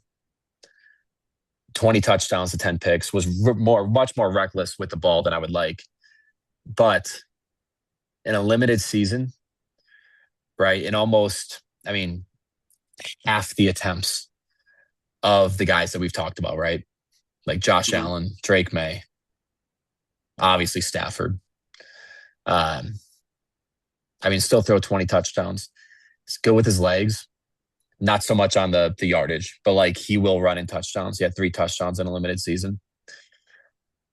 I, once again, am going guys staying healthy. He's had some lingering issues and things pop up throughout his career, but while we've talked about the 49ers and some of the concern about like who's going to get the targets, where are they going to go from like the performance of a Mike Evans, a George Kittle, Stripling. I know we keep fucking his name up. All those guys. I think Brock Purdy's still going to get his. And I don't know where it's going to go. And that makes me nervous when we get into receiver rankings, tight end rankings. C-Mac is still there. I think C-Mac is still a stud. Running back rankings, we'll talk about it. But I think that Brock Purdy puts up enough. And you know me. I've always shied away from Brock Purdy, from wanting him in fantasy. But it's because I'm always trying to have that top 5, 6 guy, and I don't consider him there. But also he has consistently shown enough when healthy that you have to put him. It was hard for me not to put him in the top 10. So we got that next spot at 11. There you go. There you go. My next spot is for number 12 in my fantasy quarterback rankings is going to be Bo Nix. Bo Nix comes into the season being, oh my gosh, I just lost my notes. Here we go. Sorry. Last year was 7th. I think both seasons he was 7th. So he's been back-to-back seasons at 7. So I have him a little bit lower than that at 12. But looking at what he's done the last 2 seasons, and I made a mistake earlier on the passing attempts. Bo Nix had the most passing attempts last year. He had 612. I would have lost that in trivia. That is a very, very good fact. Wow. 612 passing attempts last year. That's so many. As I said, I don't see it going down for the Cowboys. Do see it going down for Denver. Even though there's Waddle, things like that, they had some good additions. I don't see it happening that high. He had 25 touchdowns last year. He had 29 the year before. 11 interceptions, 12 interceptions. He's done very well, but he's never been the guy that's like super duper flashy. So I'm interested to see where he will end up by the end of the season. I think there will be regression from the last 2 seasons. And that's why I have him at number 12. Just an interesting note, to only throw 25 touchdowns when you're putting the ball up 612 times is crazy to me. Yeah. Like when you look at guys that are also in that like 550 and above in attempts, it's like, how inefficient are you? Like, Jesus Christ. Wow. Yeah. There you go. Wow. All right. We're getting down to it, man. Give me your number 12. I know there's still one guy that you said pretty early that I still have not said. Same with you. Who was it? We'll get there. My number 12 quarterback for the upcoming 2026 NFL season is genuinely the most, aside from Josh Allen, consistent quarterback in the NFL. The most unsexy pick of all time. But a perennial now winner and a perennial stat boaster, and that is Detroit Lions quarterback Jared Goff. Jared Goff has not had under 4,400 yards since 2022. That is 4 straight NFL seasons of not having under 4,400 passing yards. The last 4 years, he's had 29, 30, 37, and 34 touchdowns. The man, it's such a high-powered offense, and the man cooks in said high-powered offense. But because he does not use his legs, and because there are people like Jahmyr Gibbs and Amon-Ra St. Brown in that offense, this man is overlooked year after year after year. And I think it is time for the Jared Goff train to get some love. So that is why I have Jared Goff as my 12th ranked quarterback this upcoming NFL season. Gotcha. I mean, I like it. I want to speak on that. Whenever I think of quarterbacks, I never think of Jared Goff. Nobody does? Like, never. Ever. I know. It's like 4,400 yards. That is crazy that he puts up that. That's incredible. Every year. I'm about to run and see what the books have his lines at, and I'm going to bet on it. I was going to say, so why do you think that is that people really don't talk about him? I would need to look into that. I do not understand the Jared Goff disrespect. And it's not even disrespect, because he doesn't get disrespect. Jared Goff doesn't even get disrespected. He doesn't get mentioned. Yeah, he doesn't get mentioned. Why is that? I don't know. This is going to be a clip. It's the one thing B-Going has. Why does Jared Goff not get respect or disrespect? Yeah. Why is he just overlooked? Yeah. Completely.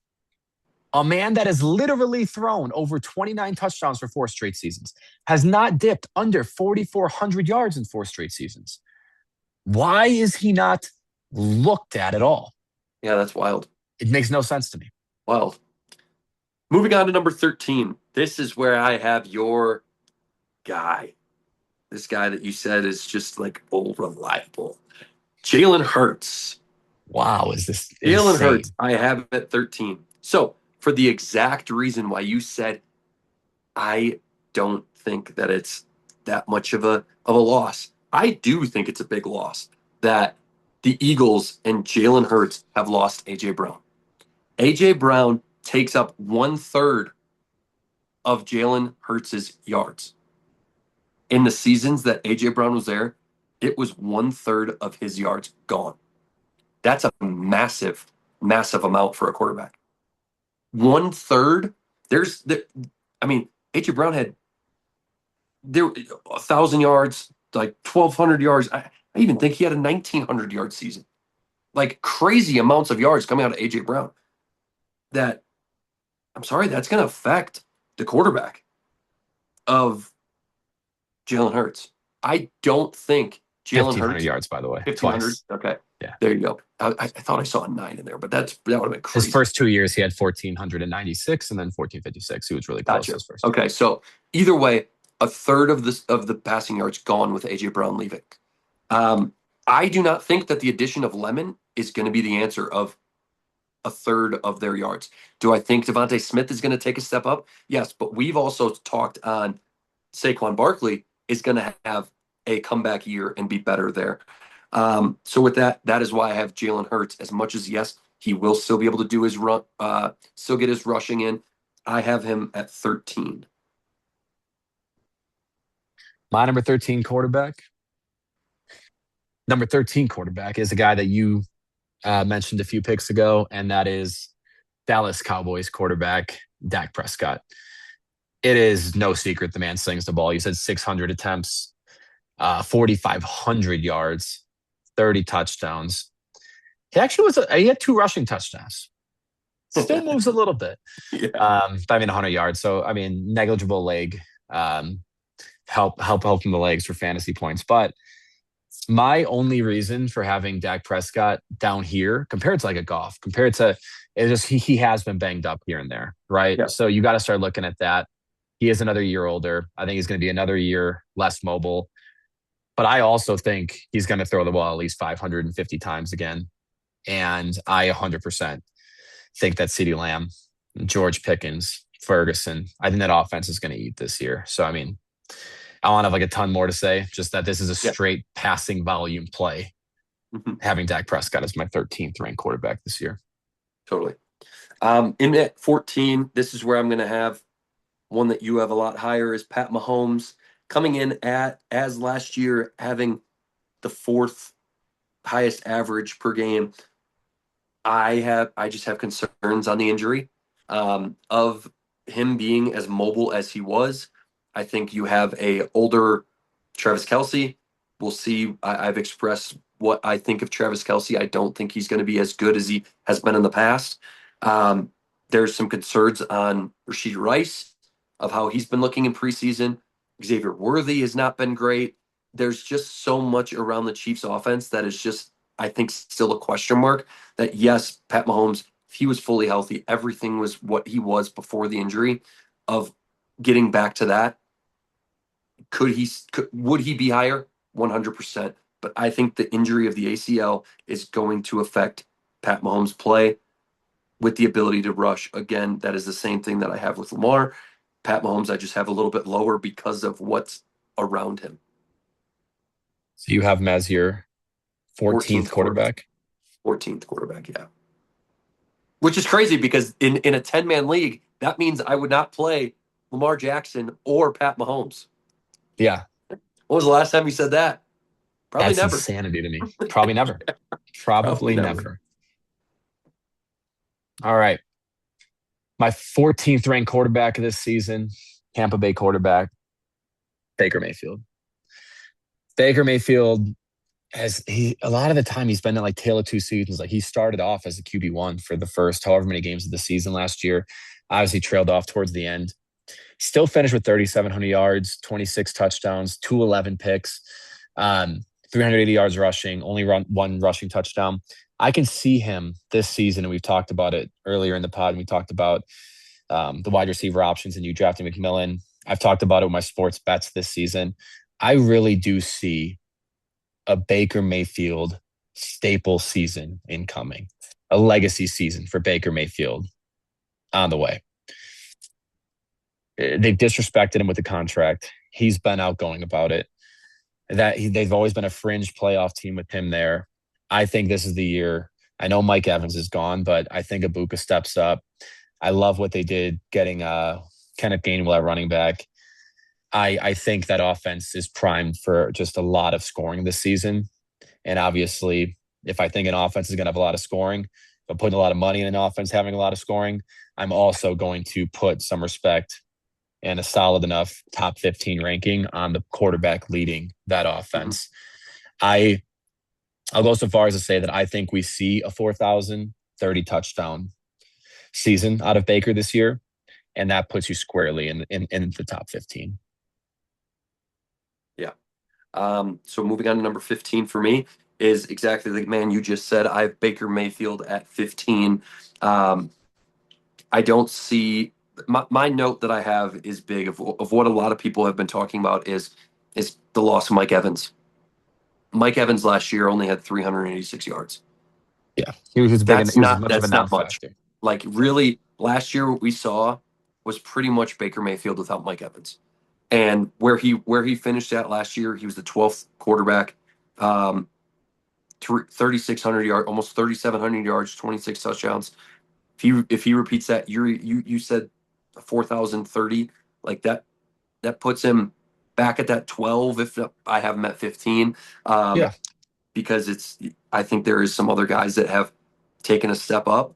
So this is the guy that I was talking about before, who I would take that later round, or not later round, but I think you could get a lot of value out of Baker Mayfield here, where he's going in some of these drafts. 1,000,000%. I mean, honestly, in drafts, he's going lower than that. Like we're actually both fairly high on him. So this is one of those picks where we mentioned if you already have a Burrow, if you have a Jaden Daniels, you feel exceptional with coming on and having Baker Mayfield as your 2, because you have a guy with top 10 upside sitting behind a top 5 upside player. So totally. Totally. That rounds out your 15. That rounds out my top 15. I will round out my top 15 here now with my 15th ranked quarterback this season. I will say, of all the guys that I ranked, this one is the most harsh. But every time I tried to slide him in somewhere, I thought to myself, this guy's just done it. Or this is a little more reliable. Or, ooh, like this offense, I think, could score a bit more. A little more like upside. And it's Justin Herbert. I love Justin Herbert. I mean, points per game last year, he's a top 10 quarterback. Overall in the season, top quarterback. My thing with Justin Herbert this season, comparatively to all the guys we just mentioned, is that I just think the Chargers are going to get it done in unique ways. I just don't see him, like when I think of like Baker Mayfield and Tampa needing to win a game, or when I think of Tampa to win a game, I think of Baker Mayfield, gunslinger, driving a team down the field. When I think of Jared Goff, I think of 4 straight seasons of 40-some hundred yards, 4,400 yards or above. When I think of Dak Prescott, I think of 600, like locked in, 550 plus passing attempts. Yeah. When I think of Justin Herbert, he had 500 last year. Like, it's not that he doesn't do it. It's just when I'm making these rankings, I just think I can see the Chargers winning games in unique ways. I can see them winning like 17-14. I can see them winning a 17-10 game where he just does okay. As much as I don't buy the hype of Omarion Hampton and where he's being drafted, I can see Hampton having some massive games. I can see them getting some fluke big games out of Keaton, out of like some of those random, what is a Vital guy or whatever the hell they got going on back there. Like, I just don't feel the same way as with the other offenses and the other quarterbacks that I do with the Chargers. And I need to say that this is so hard because like everything in me says that Herbert is such a higher tier quarterback than where I'm ranking him. But I had to stay true of, if I'm drafting, am I taking Herbert over any of those other guys? If I'm in a 1-year redraft, it just couldn't wrap my head around it. Ask me next week, I might put him over Dak. I might put him over Goff, but like I just couldn't get there. Yeah. So Herbert rounds out my top 15. I like it. Hey, all these things, I think there's one guy that I said that you don't have in your top 15. You have 2 players in your top 15, Jackson Dart and Bo Nix, that I do not have in my top 15. Yep. And where do you have Dart? I have Jackson Dart at 7 and Bo Nix at 12. So I have your 7 and 12 outside of the top 15. Yes. Which would mean you have 2 guys of mine that are outside of the 15. Right. Too. I don't have Jared Goff and I don't have Brock Purdy. Brock Purdy is the one that Jared Goff I can understand. Brock Purdy is the one that I'm like, I get it. He's done it. The thing is, we're talking healthy quarterbacks. What's around him is not healthy. And so I just think that I don't like what's around Brock Purdy. I don't like what goes on with some of the stuff that happens with that team of you just never know who's going to be out on that field. That I'm not there with Brock Purdy. I hear it. Mine with Bo Nix is that for the reasons in which like you discussed and we kind of mentioned, 612 passing attempts to 25 touchdowns. Yeah. If there's regression in the passing attempts, I don't know what you see his production looking like. And I know that there are great targets there. Mm-hmm. Now he's got another target there in Jalen Waddle, which will help a ton. Those question marks over the certainty that I feel towards the other guys swayed it. And also Bo Nix doesn't run as much as I thought. 350 and 5. Like I just assumed he ran more. Neither of those things just like were sexy enough to me to have him in there. And I know we have considerably exhausted saying that we're not looking at this from an injury perspective. Mm-hmm. But I could not ignore Jackson Dart's injury history because we've only ever seen the sample size that includes it. And this is a man, I saw some stat, and somebody's stat, correct me if I'm wrong, but it said that Jackson Dart has gone to the blue tent in like 60% of his starts. or games played. And when ranking quarterbacks, I cannot put a guy in my top 15 who hasn't, for literally even a stretch of his career, proven that he can stay on the field. Yes, the points per game and the upside is there, but going into the season, I just can't have him in my top 15. I hear you. I mean, hey, valid. Totally valid. What were our Totally biggest valid. discrepancies? I had Lamar at Lamar. So I had Lamar Jackson at 3. You had I have Lamar at Jackson 11. at I have Patrick Mahomes at 6. I have him at 14. So both pretty considerable size gaps. Yeah. Jalen Hurts. Jalen Hurts, I have at 5. You have 13. So we have some pretty big gaps on those 3 players. Yeah. Some pretty big gaps on those 3 guys. Right. Top 3 are pretty consistent. You have Lamar at 3, but Joe Burrow at 4. I have Burrow at 4, then you have Burrow at 3. So I mean, like we're pretty close there. Yeah. I would say that the biggest 3 discrepancies are going to be Lamar Jackson, Jalen, and Pat Mahomes. Yep. And then even the other guys, besides the 2 that are completely omitted, like our biggest discrepancy the other way from like your high to my low would be like Trevor Lawrence. I have him at 9. You have him. I have 4? Trevor Lawrence at 4. Yeah, but that's still only a 5 difference. So like, you and I are more in line on your rankings than we are with mine. Yeah. Right. So with that being said, with how we've went back and forth and some of the reasoning behind anything, does that not change anything, but does that say, hey, maybe this guy could fall a little bit or could go up a little bit? Like, I fully hear you with Jared Goff. Like, I think that is someone that I probably missed and would put him out there with what we have said instead of Bo Nix. Got it. So after this analysis and this back and forth and this discussion that you and I have had, you would replace Bo Nix in your top 15 with Jared Goff? Yes. Yeah. I think that's a great question. After us going back and forth, I would flip Lamar Jackson and Joe Burrow with the rushing concern. I still see and still hope that Lamar Jackson will return to that form. Right. However, seeing the true disparity between the seasons he was hurt before, and I know it's not always apples to apples, I get it, but just seeing how much less that was used, there wasn't a Derrick Henry there those seasons. He was much more relied on. Yeah. That would potentially, and I got to think about it, but it would potentially be enough for me to move Burrow into that 3 spot and Lamar into that 4 spot. Gotcha. Other than that, though, I really feel pretty damn confident in these rankings.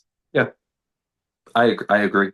I think that we obviously have our opinions on our guys, and I think we both have some numbers on why we have them where we're at. So yeah, as the viewer, take those numbers as you will, and tell us who you think has some better. Trust me, I think with these takes, this is going to be an interesting episode because there's a lot of clips. I think we're going to be posting a few times a day on all the takes in this video. Do you have anything else, man? Otherwise, I mean, hey, what a cool day today, though. We had the full fantasy group, FaceTime, fucking awesome. I absolutely love that. I do have one more thing. Heck yeah.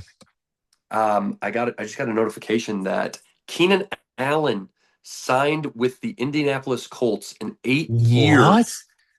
$8 million, 1 year, $8.32 million. Keenan Allen. Holy crap. Did we ever have that wrong? I thought Keenan Allen, without a shadow of a doubt, was heading back to LA. Yep. Chargers. I thought for sure. I did not see a Colts signing coming for Keenan Allen. But neither did I. The Colts are in dire need of a receiver with Alec Pierce somehow just getting his money and not practicing all offseason. He's had that like ankle surgery. He's just not coming back from right now. Wow. That's a very big signing. Wow. That's bigger than, wow. I saw it pop up, and I was like, whoa. That's actually, that's Very not interesting. small. Yeah. And $8 So, million on a 1-year deal isn't a small amount of money either. So isn't they're small planning to use the guy. Like, for sure. wow. For Good sure. for Keenan Allen, though. I'm interested to see where some of this now plays out. Who you've expressed, that now this is again away from the rankings, away from everything. Just talking about the Colts and Anthony Richardson. What is your thoughts on Anthony Richardson and the Colts quarterback room right now? Oh, I mean, Daniel Jones is the obviously clear-cut starter. I mean, Yeah. coming off the Achilles room, I Yeah. think you got to still roster Anthony Richardson. I still think the talent and upside is there, so you got to roster the guy. Do I envision Anthony Richardson Mm-hmm. becoming a full-fledged superstar starter? No. He hasn't put enough on tape for that. Do you think that? Oh, what was I just gonna say? Because I haven't been able to watch the games as much as I think you have. Yeah. Anthony Richardson has played in the preseason. Yeah. And how has that went? It's been Anthony Richardson. He wasn't Really? like terrible. I can look up his stat line. I mean, he had a rushing touchdown. I want to say he had like 50 yards rushing. Typical, just Anthony Richardson showing that he is an immensely talented human being. Mm-hmm. He was very careful with the ball, but like one of his incompletions, let me just look it up. I want to say he had like only a few incompletions, but one was a pick. But I know he didn't get sacked, which was good. He played much better than Riley Leonard, like by tropes. Let me look it up quick. Yeah, Anthony Richardson was 11 for 14, 145 yards and a pick. So once again, he just is careless with the ball. He makes that mistake. But 6 carries for 53 yards and a touchdown. I mean, That's pretty good. he's going to be their backup. I mean, Riley Leonard literally 10 for 20, 80 and a pick and took a sack. I mean, no one else is putting anything better on film there. And with a guy coming off an Achilles injury, like it's nice to have that guy that's got that, just immense talent and upside. Do I think he finishes the season with the Colts? I wouldn't go so far as to say that yet. But I do think the Colts 100% hold on to him or trade him, but like he's not going to get cut. Yeah. He's put enough out there that you're not going to cut the guy. I was so wrong on Anthony Richardson. I thought Anthony Richardson was going to be a stud. I really did, man. I know. Even looking at this stat line, I'm like 11 for 14, 150 yards and a pick. I'm like, it's not bad. Like 6 for a touchdown. I'm like, this guy should have been like a very viable fantasy quarterback. Yeah. But you can't be pulling yourself out of a damn football game because you're tired on a game-winning drive. Yep. Come on, bro. Cool. Come on. All right. Bro. Well, yeah, I think that's all I got. Got anything else? No, but this has been a good day of football, man. We've legitimately spent the last, what was the draft at 4? It's 9. Yeah. We spent 5 hours basically. I know we had dinner in between, but we spent 5 hours of our life the last just straight football, and I've loved every second of it. I love it. Totally. I am interested to see how this editing turns out because we've went from that to this. I've got to do we definitely have a gap in there when you were talking about the one thing. The clips are going to look different. I don't know. I've been trying to switch back to like full screen to not. I have no idea how it's going to turn out. That recording is going to my computer. This recording is going to the cloud. Oh, man. I'm going to need to do some work, man. But hey, if this works, honestly, obviously the quality is better. Mm-hmm. We'll see. But this has been the most technologically challenged that I've come to a podcast. So I'm interested to see. Besides the first one, we didn't have. That was all you. Yeah. The microphone mishaps. It was lovely. But man, episode 15, this might be one of our longer ones. It just being you and I. Yeah. Like Sam's was 2 hours and 15. Our longest before that was 1 hour 54. I want to say. I think we've gotten longer and longer every week because there's just more to talk about. Because we're getting so much closer to the season. It's a beautiful thing. Totally. But it's making for clips. As always, thank you guys so much for coming, listening. If you guys are still here, make sure you like, follow, subscribe. We have never said that one before. You can find subscribe to our shit, bro. Yeah, subscribe to the YouTube. You can find us at TikTok, Instagram, YouTube, Facebook, Cleats Spreadsheets. Episode 15. See you next week.